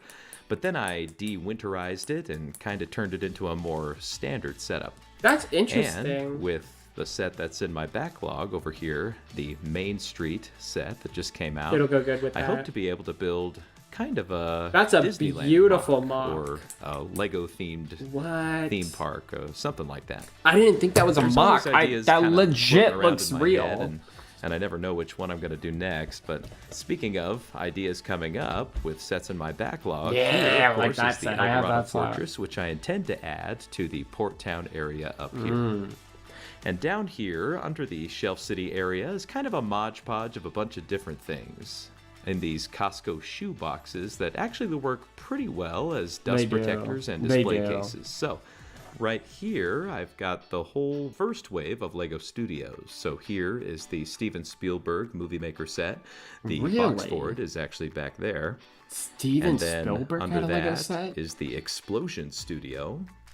And then the Car Stunt Studio, the Dino Head Attack. Oh, that's cool. The Johnny Thunder Escape set, the Stuntman, the Cameraman, and then the Backdrop Studio at the bottom. So that makes up the whole first wave of Lego Studios. And then up here, I have the Up House, which used to be kind of hanging from a hook up there, but for a pirate setup, I don't think that's really gonna work. Yeah. Then underneath here is the Dude, I'm so hypnotized by all this shit. For the subway and the station there. And underneath that, there are some Star Wars sets. There's the Flash Speeder from 2000, the Lightsaber Duel from 1999, and the B-Wing and Rebel Control Center, again, from I don't the year know 2000. why Lego looked so cool back then. Then it's at just the an bottom aesthetic. of this stack here is the lunar module, along with the mission control mock that I made. Moving on to this side of the shoebox area, there's the little mock I made of the interior of the Millennium Falcon. Once again, that one came from the holiday special release, which had Finn and Rey in it, but I converted it into a original everybody would convert that setup. shit. And then there's the MIDI scale Millennium Falcon. And at the bottom is the Lego delivery truck that came out a couple years ago. And on the row next to that, we have the boarding of the Tantive, which I used in the introduction to my first Star Wars episode of Retro Lego. I didn't know it was called and that. And then I ended up using this other one for the 2000, so both of them got good use there. Then this whole area over here is basically just a bunch of odds and ends from Winter Village and Halloween stuff, and just random vehicles like the DeLorean and the Aston Martin and the tour bus and the corner kiosk, and some extra Winter Village sets like Santa Claus and the Christmas version of the AT-AT, along with the Blacktron Cruiser and a couple of vintage pirate sets. Whoa. In fact, that's Lagoon Lockup and Saber Island, which again were generously sold to me by Schleginger. There's the New York postcard and the oldest Lego set ever, which is the Garage from 1955, and I made a whole video on that as well. Then up on the top Lego is actually the ever? only set that I have on display that is not mine. This is actually Schleginger's copy of the Imperial flagship that is on loan to me. I've kept this one built because I actually want to do a ranking of all of the pirate ships from the classic Pirates era, so keeping that built is a necessity for that. Then right next to it is a modular that you may not immediately recognize, but this is actually an alternate build of Assembly Square, a design by Brick Artisan. And the extra pieces that make up the rest of Assembly Square are in that drawer over there, but the garage goes goes crazy. Some individuality in my city, and so I kind of switched things up and built that alternate build. And right next to that is the pet shop portion of the pet shop set. I actually never have owned the townhome portion of that. I just bought the pet shop part of that secondhand from somebody. And speaking of alternate builds, here's an alternate build of the Jazz Club, which is also available on Rebrickable. It's just the club. Then over here, I've just got some empty boxes. This is the box for the Steven Spielberg Movie Maker set, the Lone Ranger Stagecoach, and the Type 16 shuttle pod, which was the GWP for the Enterprise, which we'll cover in a second. Interesting. Then, I didn't know. I forgot that drawers, Enterprise was even out. I basically just have odds and ends and train tracks and base plates, that kind of thing for That's Winter really Villages crazy and to other show off. I mocks. really didn't care. And then down here, very similar, just extra pieces. Extra sets, sales. some GWPs I haven't Crazy. opened up. Like those sales the probably Aurora cost a lot of Borealis, money. Stuff like that, just miscellaneous things. And then, because I moved most of the modulars off of this area, they needed to find a new home. So, on these corner shelves right here, I've got one of my favorite modulars, the Palace Cinema. And then above that, what I ranked as the best modular of all time, the Tudor Corner.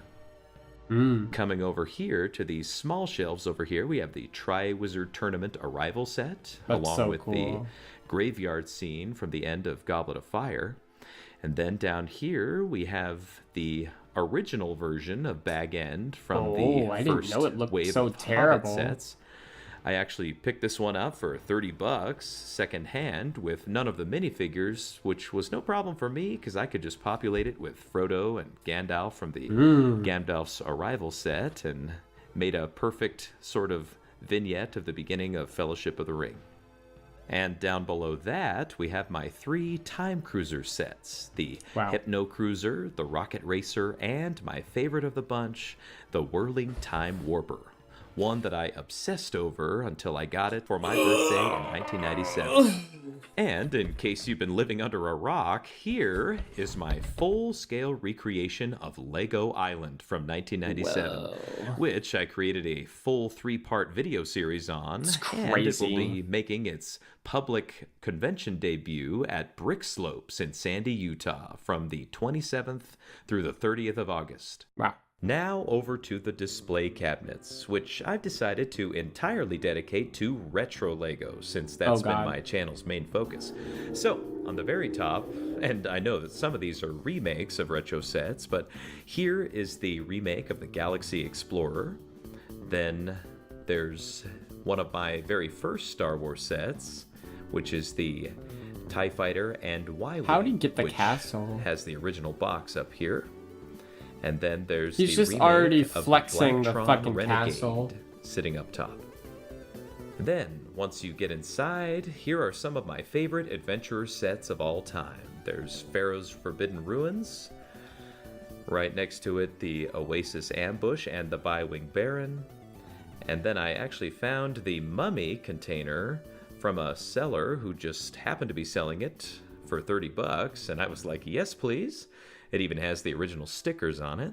Then, down below that, we've got the Sphinx Secret Surprise, Desert Expedition, the Mummy's Tomb, and a few more pieces of the Sphinx Secret Surprise there. Looks so good. Why don't we get these then sets like underneath these that, today? There is the Amazon Ancient Ruins from That the looks Jungle so theme of good. Adventures, along with the River Expedition, Dude, Lego was so Spider cooking Secret, behind before. and the Pontoon Plane flying overhead.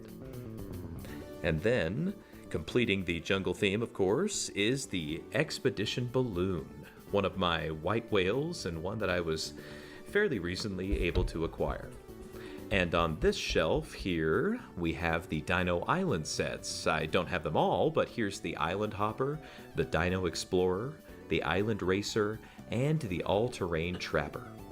Then, capping it all off, is the Easter egg-filled Haunted Mansion set from 2020, which I did a whole video on as well. Now, the box to the Pharaoh's Forbidden Ruins actually didn't come with the set that I got. Now, this set came to me from a local seller for 90 bucks on Facebook Marketplace, which was a steal in and of itself.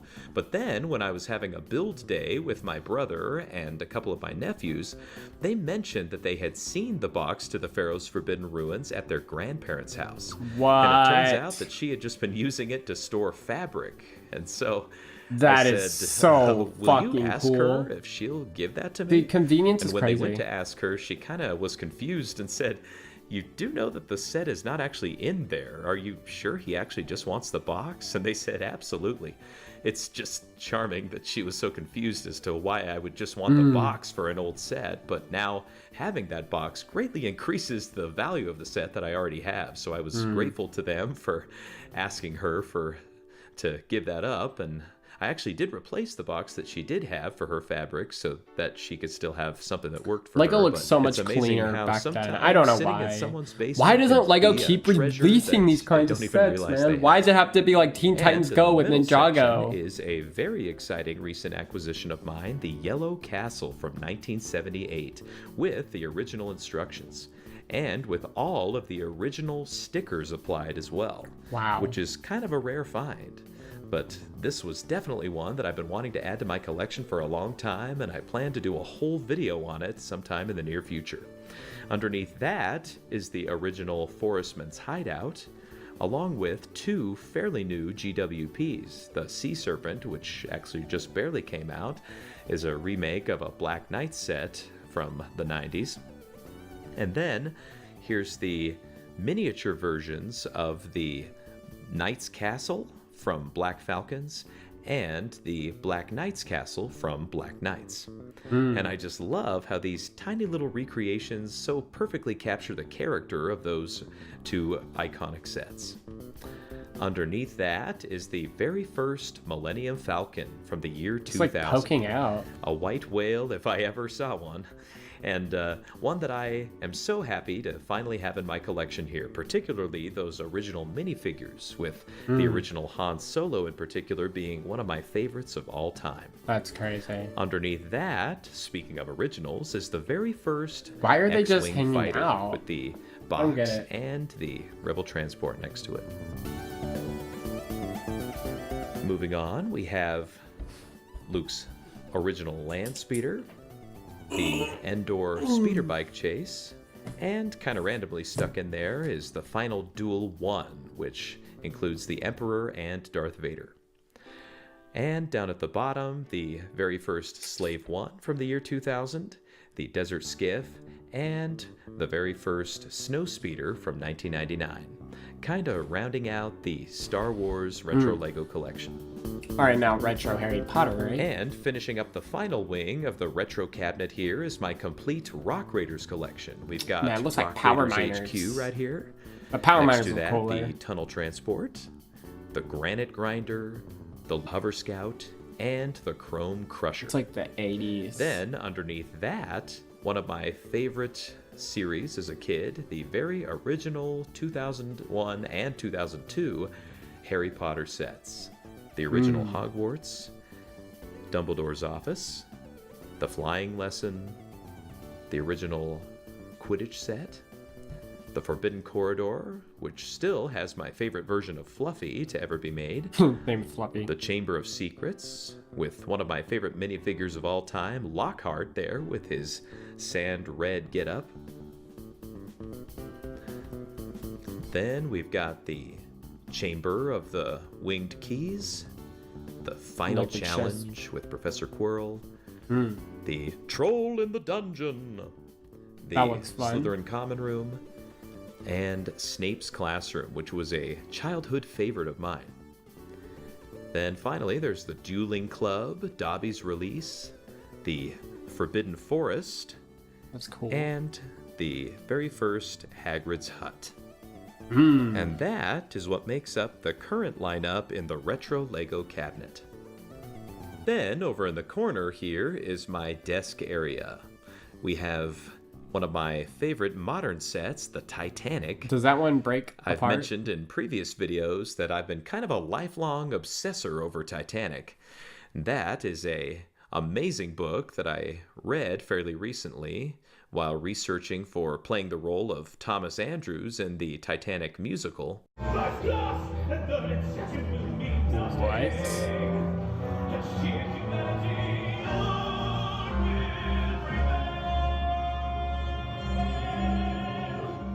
And in that musical, I held a set of plans, a replica set of plans, and those are the plans that they actually gave to me to display in my own home. That is cool. So I'm grateful that they were generous enough What a to house. give me that prop. Over here, from one of my favorite TV shows of all time, Star Trek The Next Generation, we have the Enterprise D with all of those excellent minifigures that came with it. And the Star Trek has Shuttlepod such the with Ro weirdest Laren. shit. She's inside right now. Famously, I made a review of this set and put the warp nacelles on backwards, much to the ire of the comments section. I kind of prided myself on knowing ball on that show, and then I completely fudged up the build, and so I That lost a lot build of street looks cred there. so like it's Down gonna below break. that is a gift that I got from my wife for Christmas. This is actually a Lego clock with room for minifigures, and I decided to put a bunch of my favorites from the 80s and 90s. We got Johnny I want Thunder, the Sheriff Lego Wyatt, a clock. Forestman, Blacktron, Sparks from Rock Raiders, Dewey Cheatham, the director from the studios, Baron Von Baron, or Sam Sinister, of course, an Aquanaut, an original Spaceman, a Lion Knight, and Redbeard. Speaking of Redbeard, here he is in upscaled minifigure form. At Looks Brick cool. Slopes last year, I was able to get him at a very reasonable price, Oh, and I'm God, very he has happy to tons of have this minifigs. Lego House exclusive in my collection.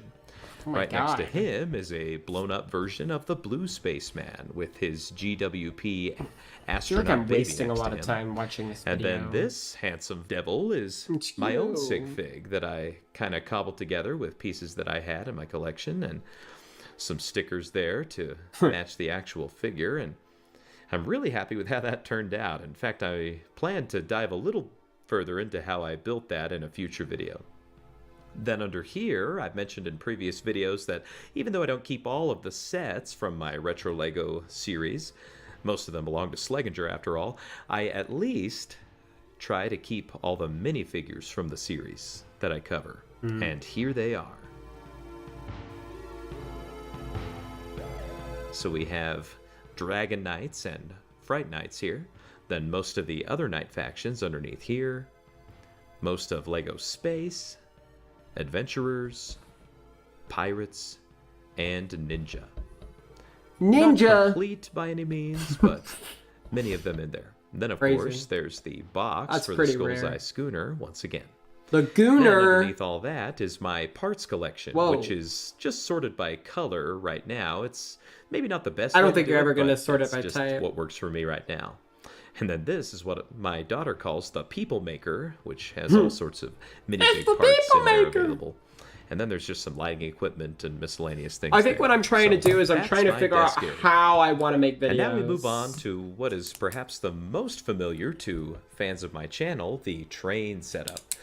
So, let's start with Fort Legoretto, which is my favorite Lego set of all time, ever since I first saw it in the magazines in 1996. It's so I was crazy they don't enamored do by like it. Lego Western. And I anymore. recently was able to complete my Cowboys Western collection. So, we've got Sheriff's Showdown right here. And then the Bandit's Secret Hideout, That's so which cool. was personally sold to me by Crystal Gorman, who is a central player in the current Bricks and Minifigs controversy. Then there's the Stagecoach. I know that's a Lone Ranger Right. set, but it fits. Then there's the current Bricks and Minifigs Crystal Gorman, who is a central player in the... Crystal Gorman? I don't remember who that was.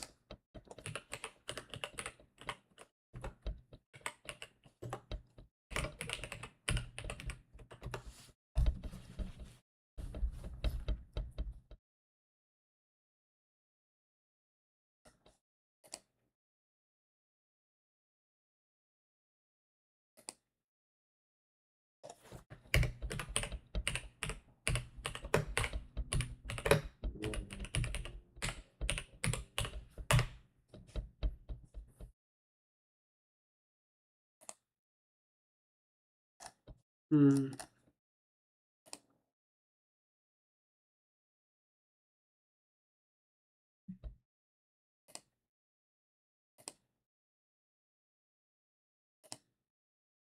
Wait, is he the guy with the twirly?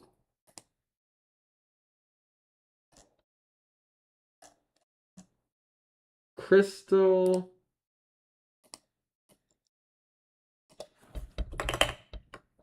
Law. Wait, he's not the...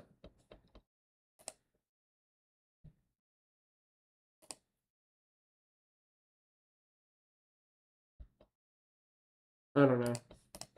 current Bricks and Minifigs controversy. Then there's the Stagecoach. I know that's a Lone Ranger set, but it fits well with the Western theme.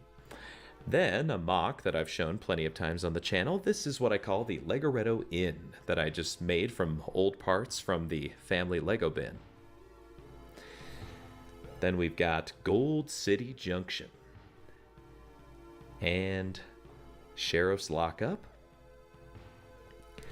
And then the Showdown Canyon set, which has been opened, but I recently acquired a boxed copy of this that has the stage and everything, and I kind of want to do a redo of the original Western video, including the Indian sub-theme alongside it, so that I can rank them all in one video with much better production quality than that first episode had.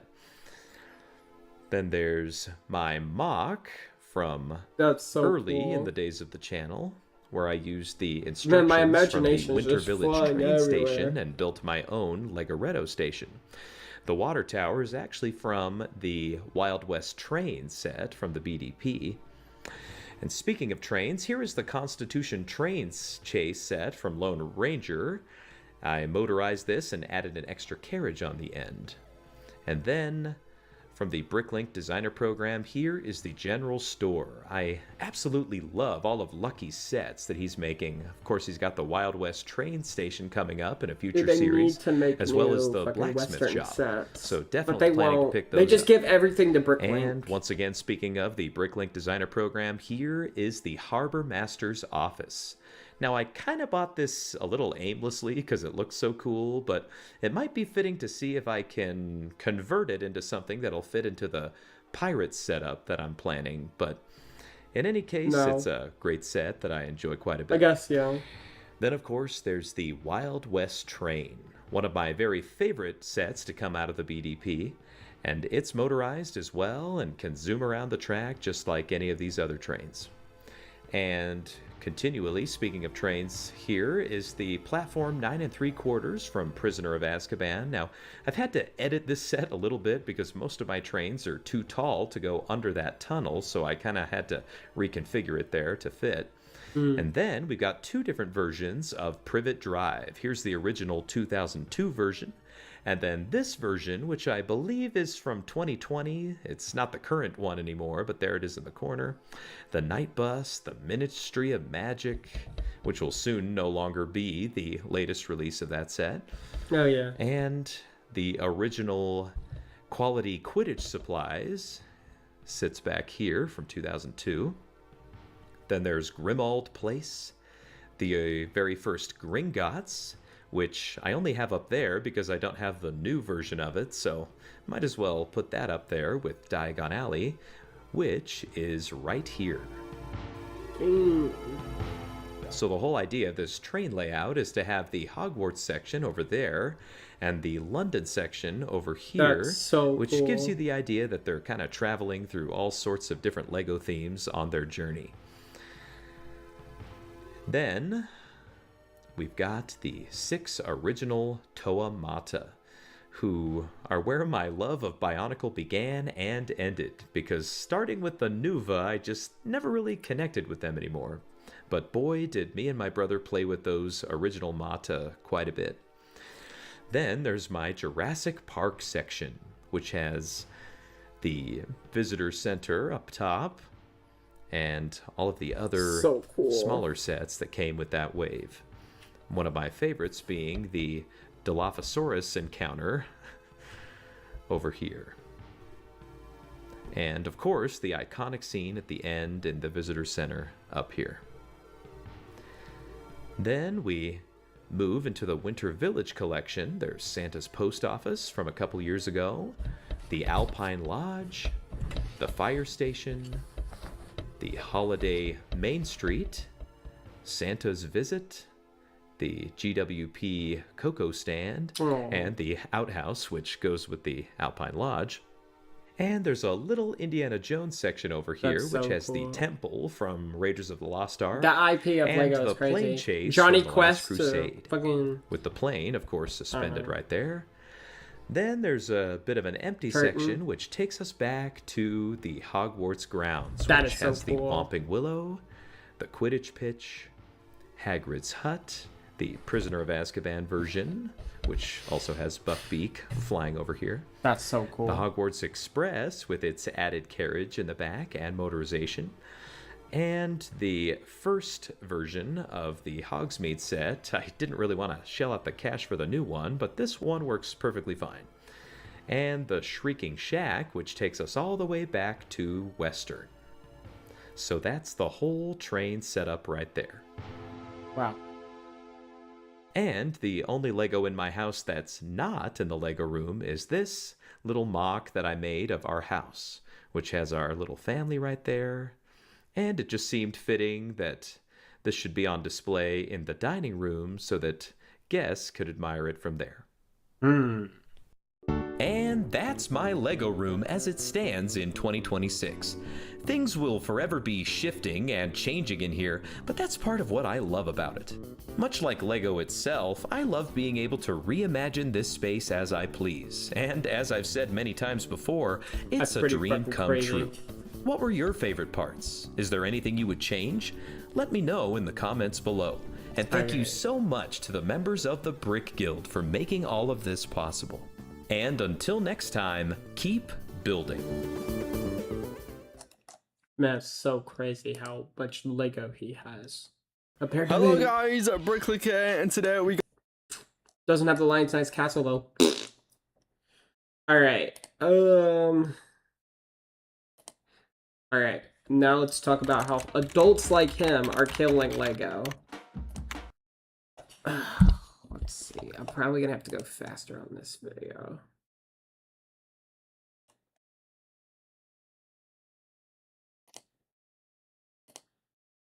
I'm probably gonna want some 18 plus. And after entertaining kids, generations, the Legos. So many of us know and love are no longer exclusively child's play. Isn't that for kids? We get that a lot. Lego is all in on trying to connect with the consumer. Why are so many adults suddenly obsessed with Lego? This is one of the largest Lego collections in the world. In the last 6 months, Lego revenue grew 12%. They really have a pulse on the trend. Adult fans of Lego don't have any imagination. You guys ready? This was £60. Lego is something pretty much everybody grew up with. Whether you get sets for Christmas that you begged your parents for despite the well-being at the height of an economic decline, or would build your own creations out of this random bit of mess that everyone had in their houses for some reason. Oh, he is already talking way too fast. Stable of a happy childhood, and some people will just not grow up. I mean, seriously. This isn't mine. Over the past few years, there's been a massive rise in adult fans of Lego. Now, they've always existed to an extent, but were always kind of looked down on as childish or weird or losers, because, I mean, why are you a grown man buying Bionicle? Ninjago obviously clears. It's not just smelly dungeon masters who are festering their own brand of cheese who like to collect Lego. No, no, no, it's her. It's him. It's this group of people, too. Collecting Lego as a hobby has become a very mainstream thing. Not only is there a good chance that you probably know a legal adult who still occasionally buys Lego for themselves, but even celebrities have bought into Lego, probably because they're the only people who can actually afford it. If you go to the Lego store now, it's like a high school reunion with people who have absolutely no financial restraint and just buy everything they want. Good luck being a kid in one of these stores, because if you try and get the last Lego Pokemon set number 72151 Eevee for £55, I'll have to show you who the real OGs are, okay? And it's not just me who's noticed this massive increase. It's become a huge topic of conversation online for loads of creators who have noticed the uptick in Lego scalpers, and also sets targeted at adults. But most especially, a marked decline in the quality and attention given to Lego sets which are made for, no, I don't know, kids? There are three major issues which have arisen as a result of adults, which are kind of, you know, ruining Lego. The death of the Lego aisle, the display slop epidemic, and the downfall of playsets. Now, by the death of the Lego aisle, I don't mean a kid who's trying to get the last Lego City set running into a reseller, but more so something akin to the death of culture. The first domino to fall, indicating an irreversible undoing of modernity as we know it, and the first sign that Western society is beginning to be undone, which is, of course, the Lego boxes. In 2020, when, I don't know, I can't really remember, something happened, apparently people had to stay indoors, but Lego first launched their 18+ sets. And no, that's not what I'm talking about. Lego's entire brand has always been one targeting kids to sell toys. They made an entire movie about how Lego wasn't to be put on a shelf, it was meant to be played with, and that imagination shouldn't be stifled with strict rules and boxes that we put ourselves into as adults. That in essence, that playfulness that we have as kids is the very thing that makes us human. Any commercial for a Lego set was also set up like this too. It'd be a kid building a set, playing out different scenarios. The marketing would basically just be about the unlimited possibilities of Lego, its unique offerings in a world of screens and games that glue you to the digital world, have these linear progressions, where Lego was supposed to be the antithesis to that, taking kids offline for silly. Okay, I need to go get some food. Or sleep until food comes.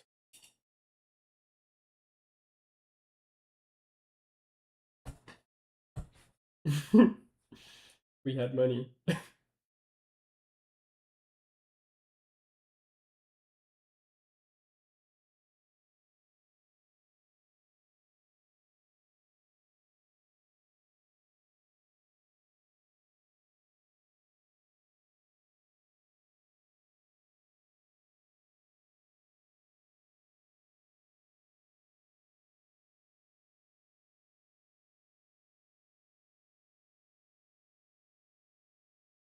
Yeah.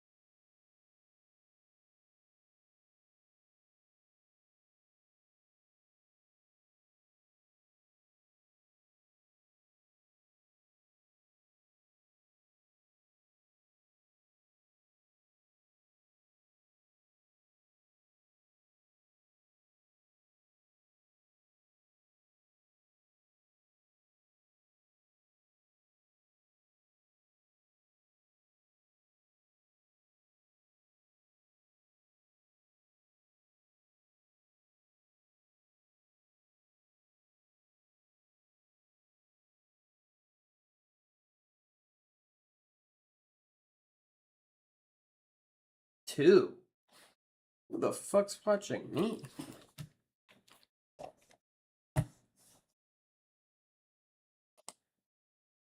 Huh. I was busy.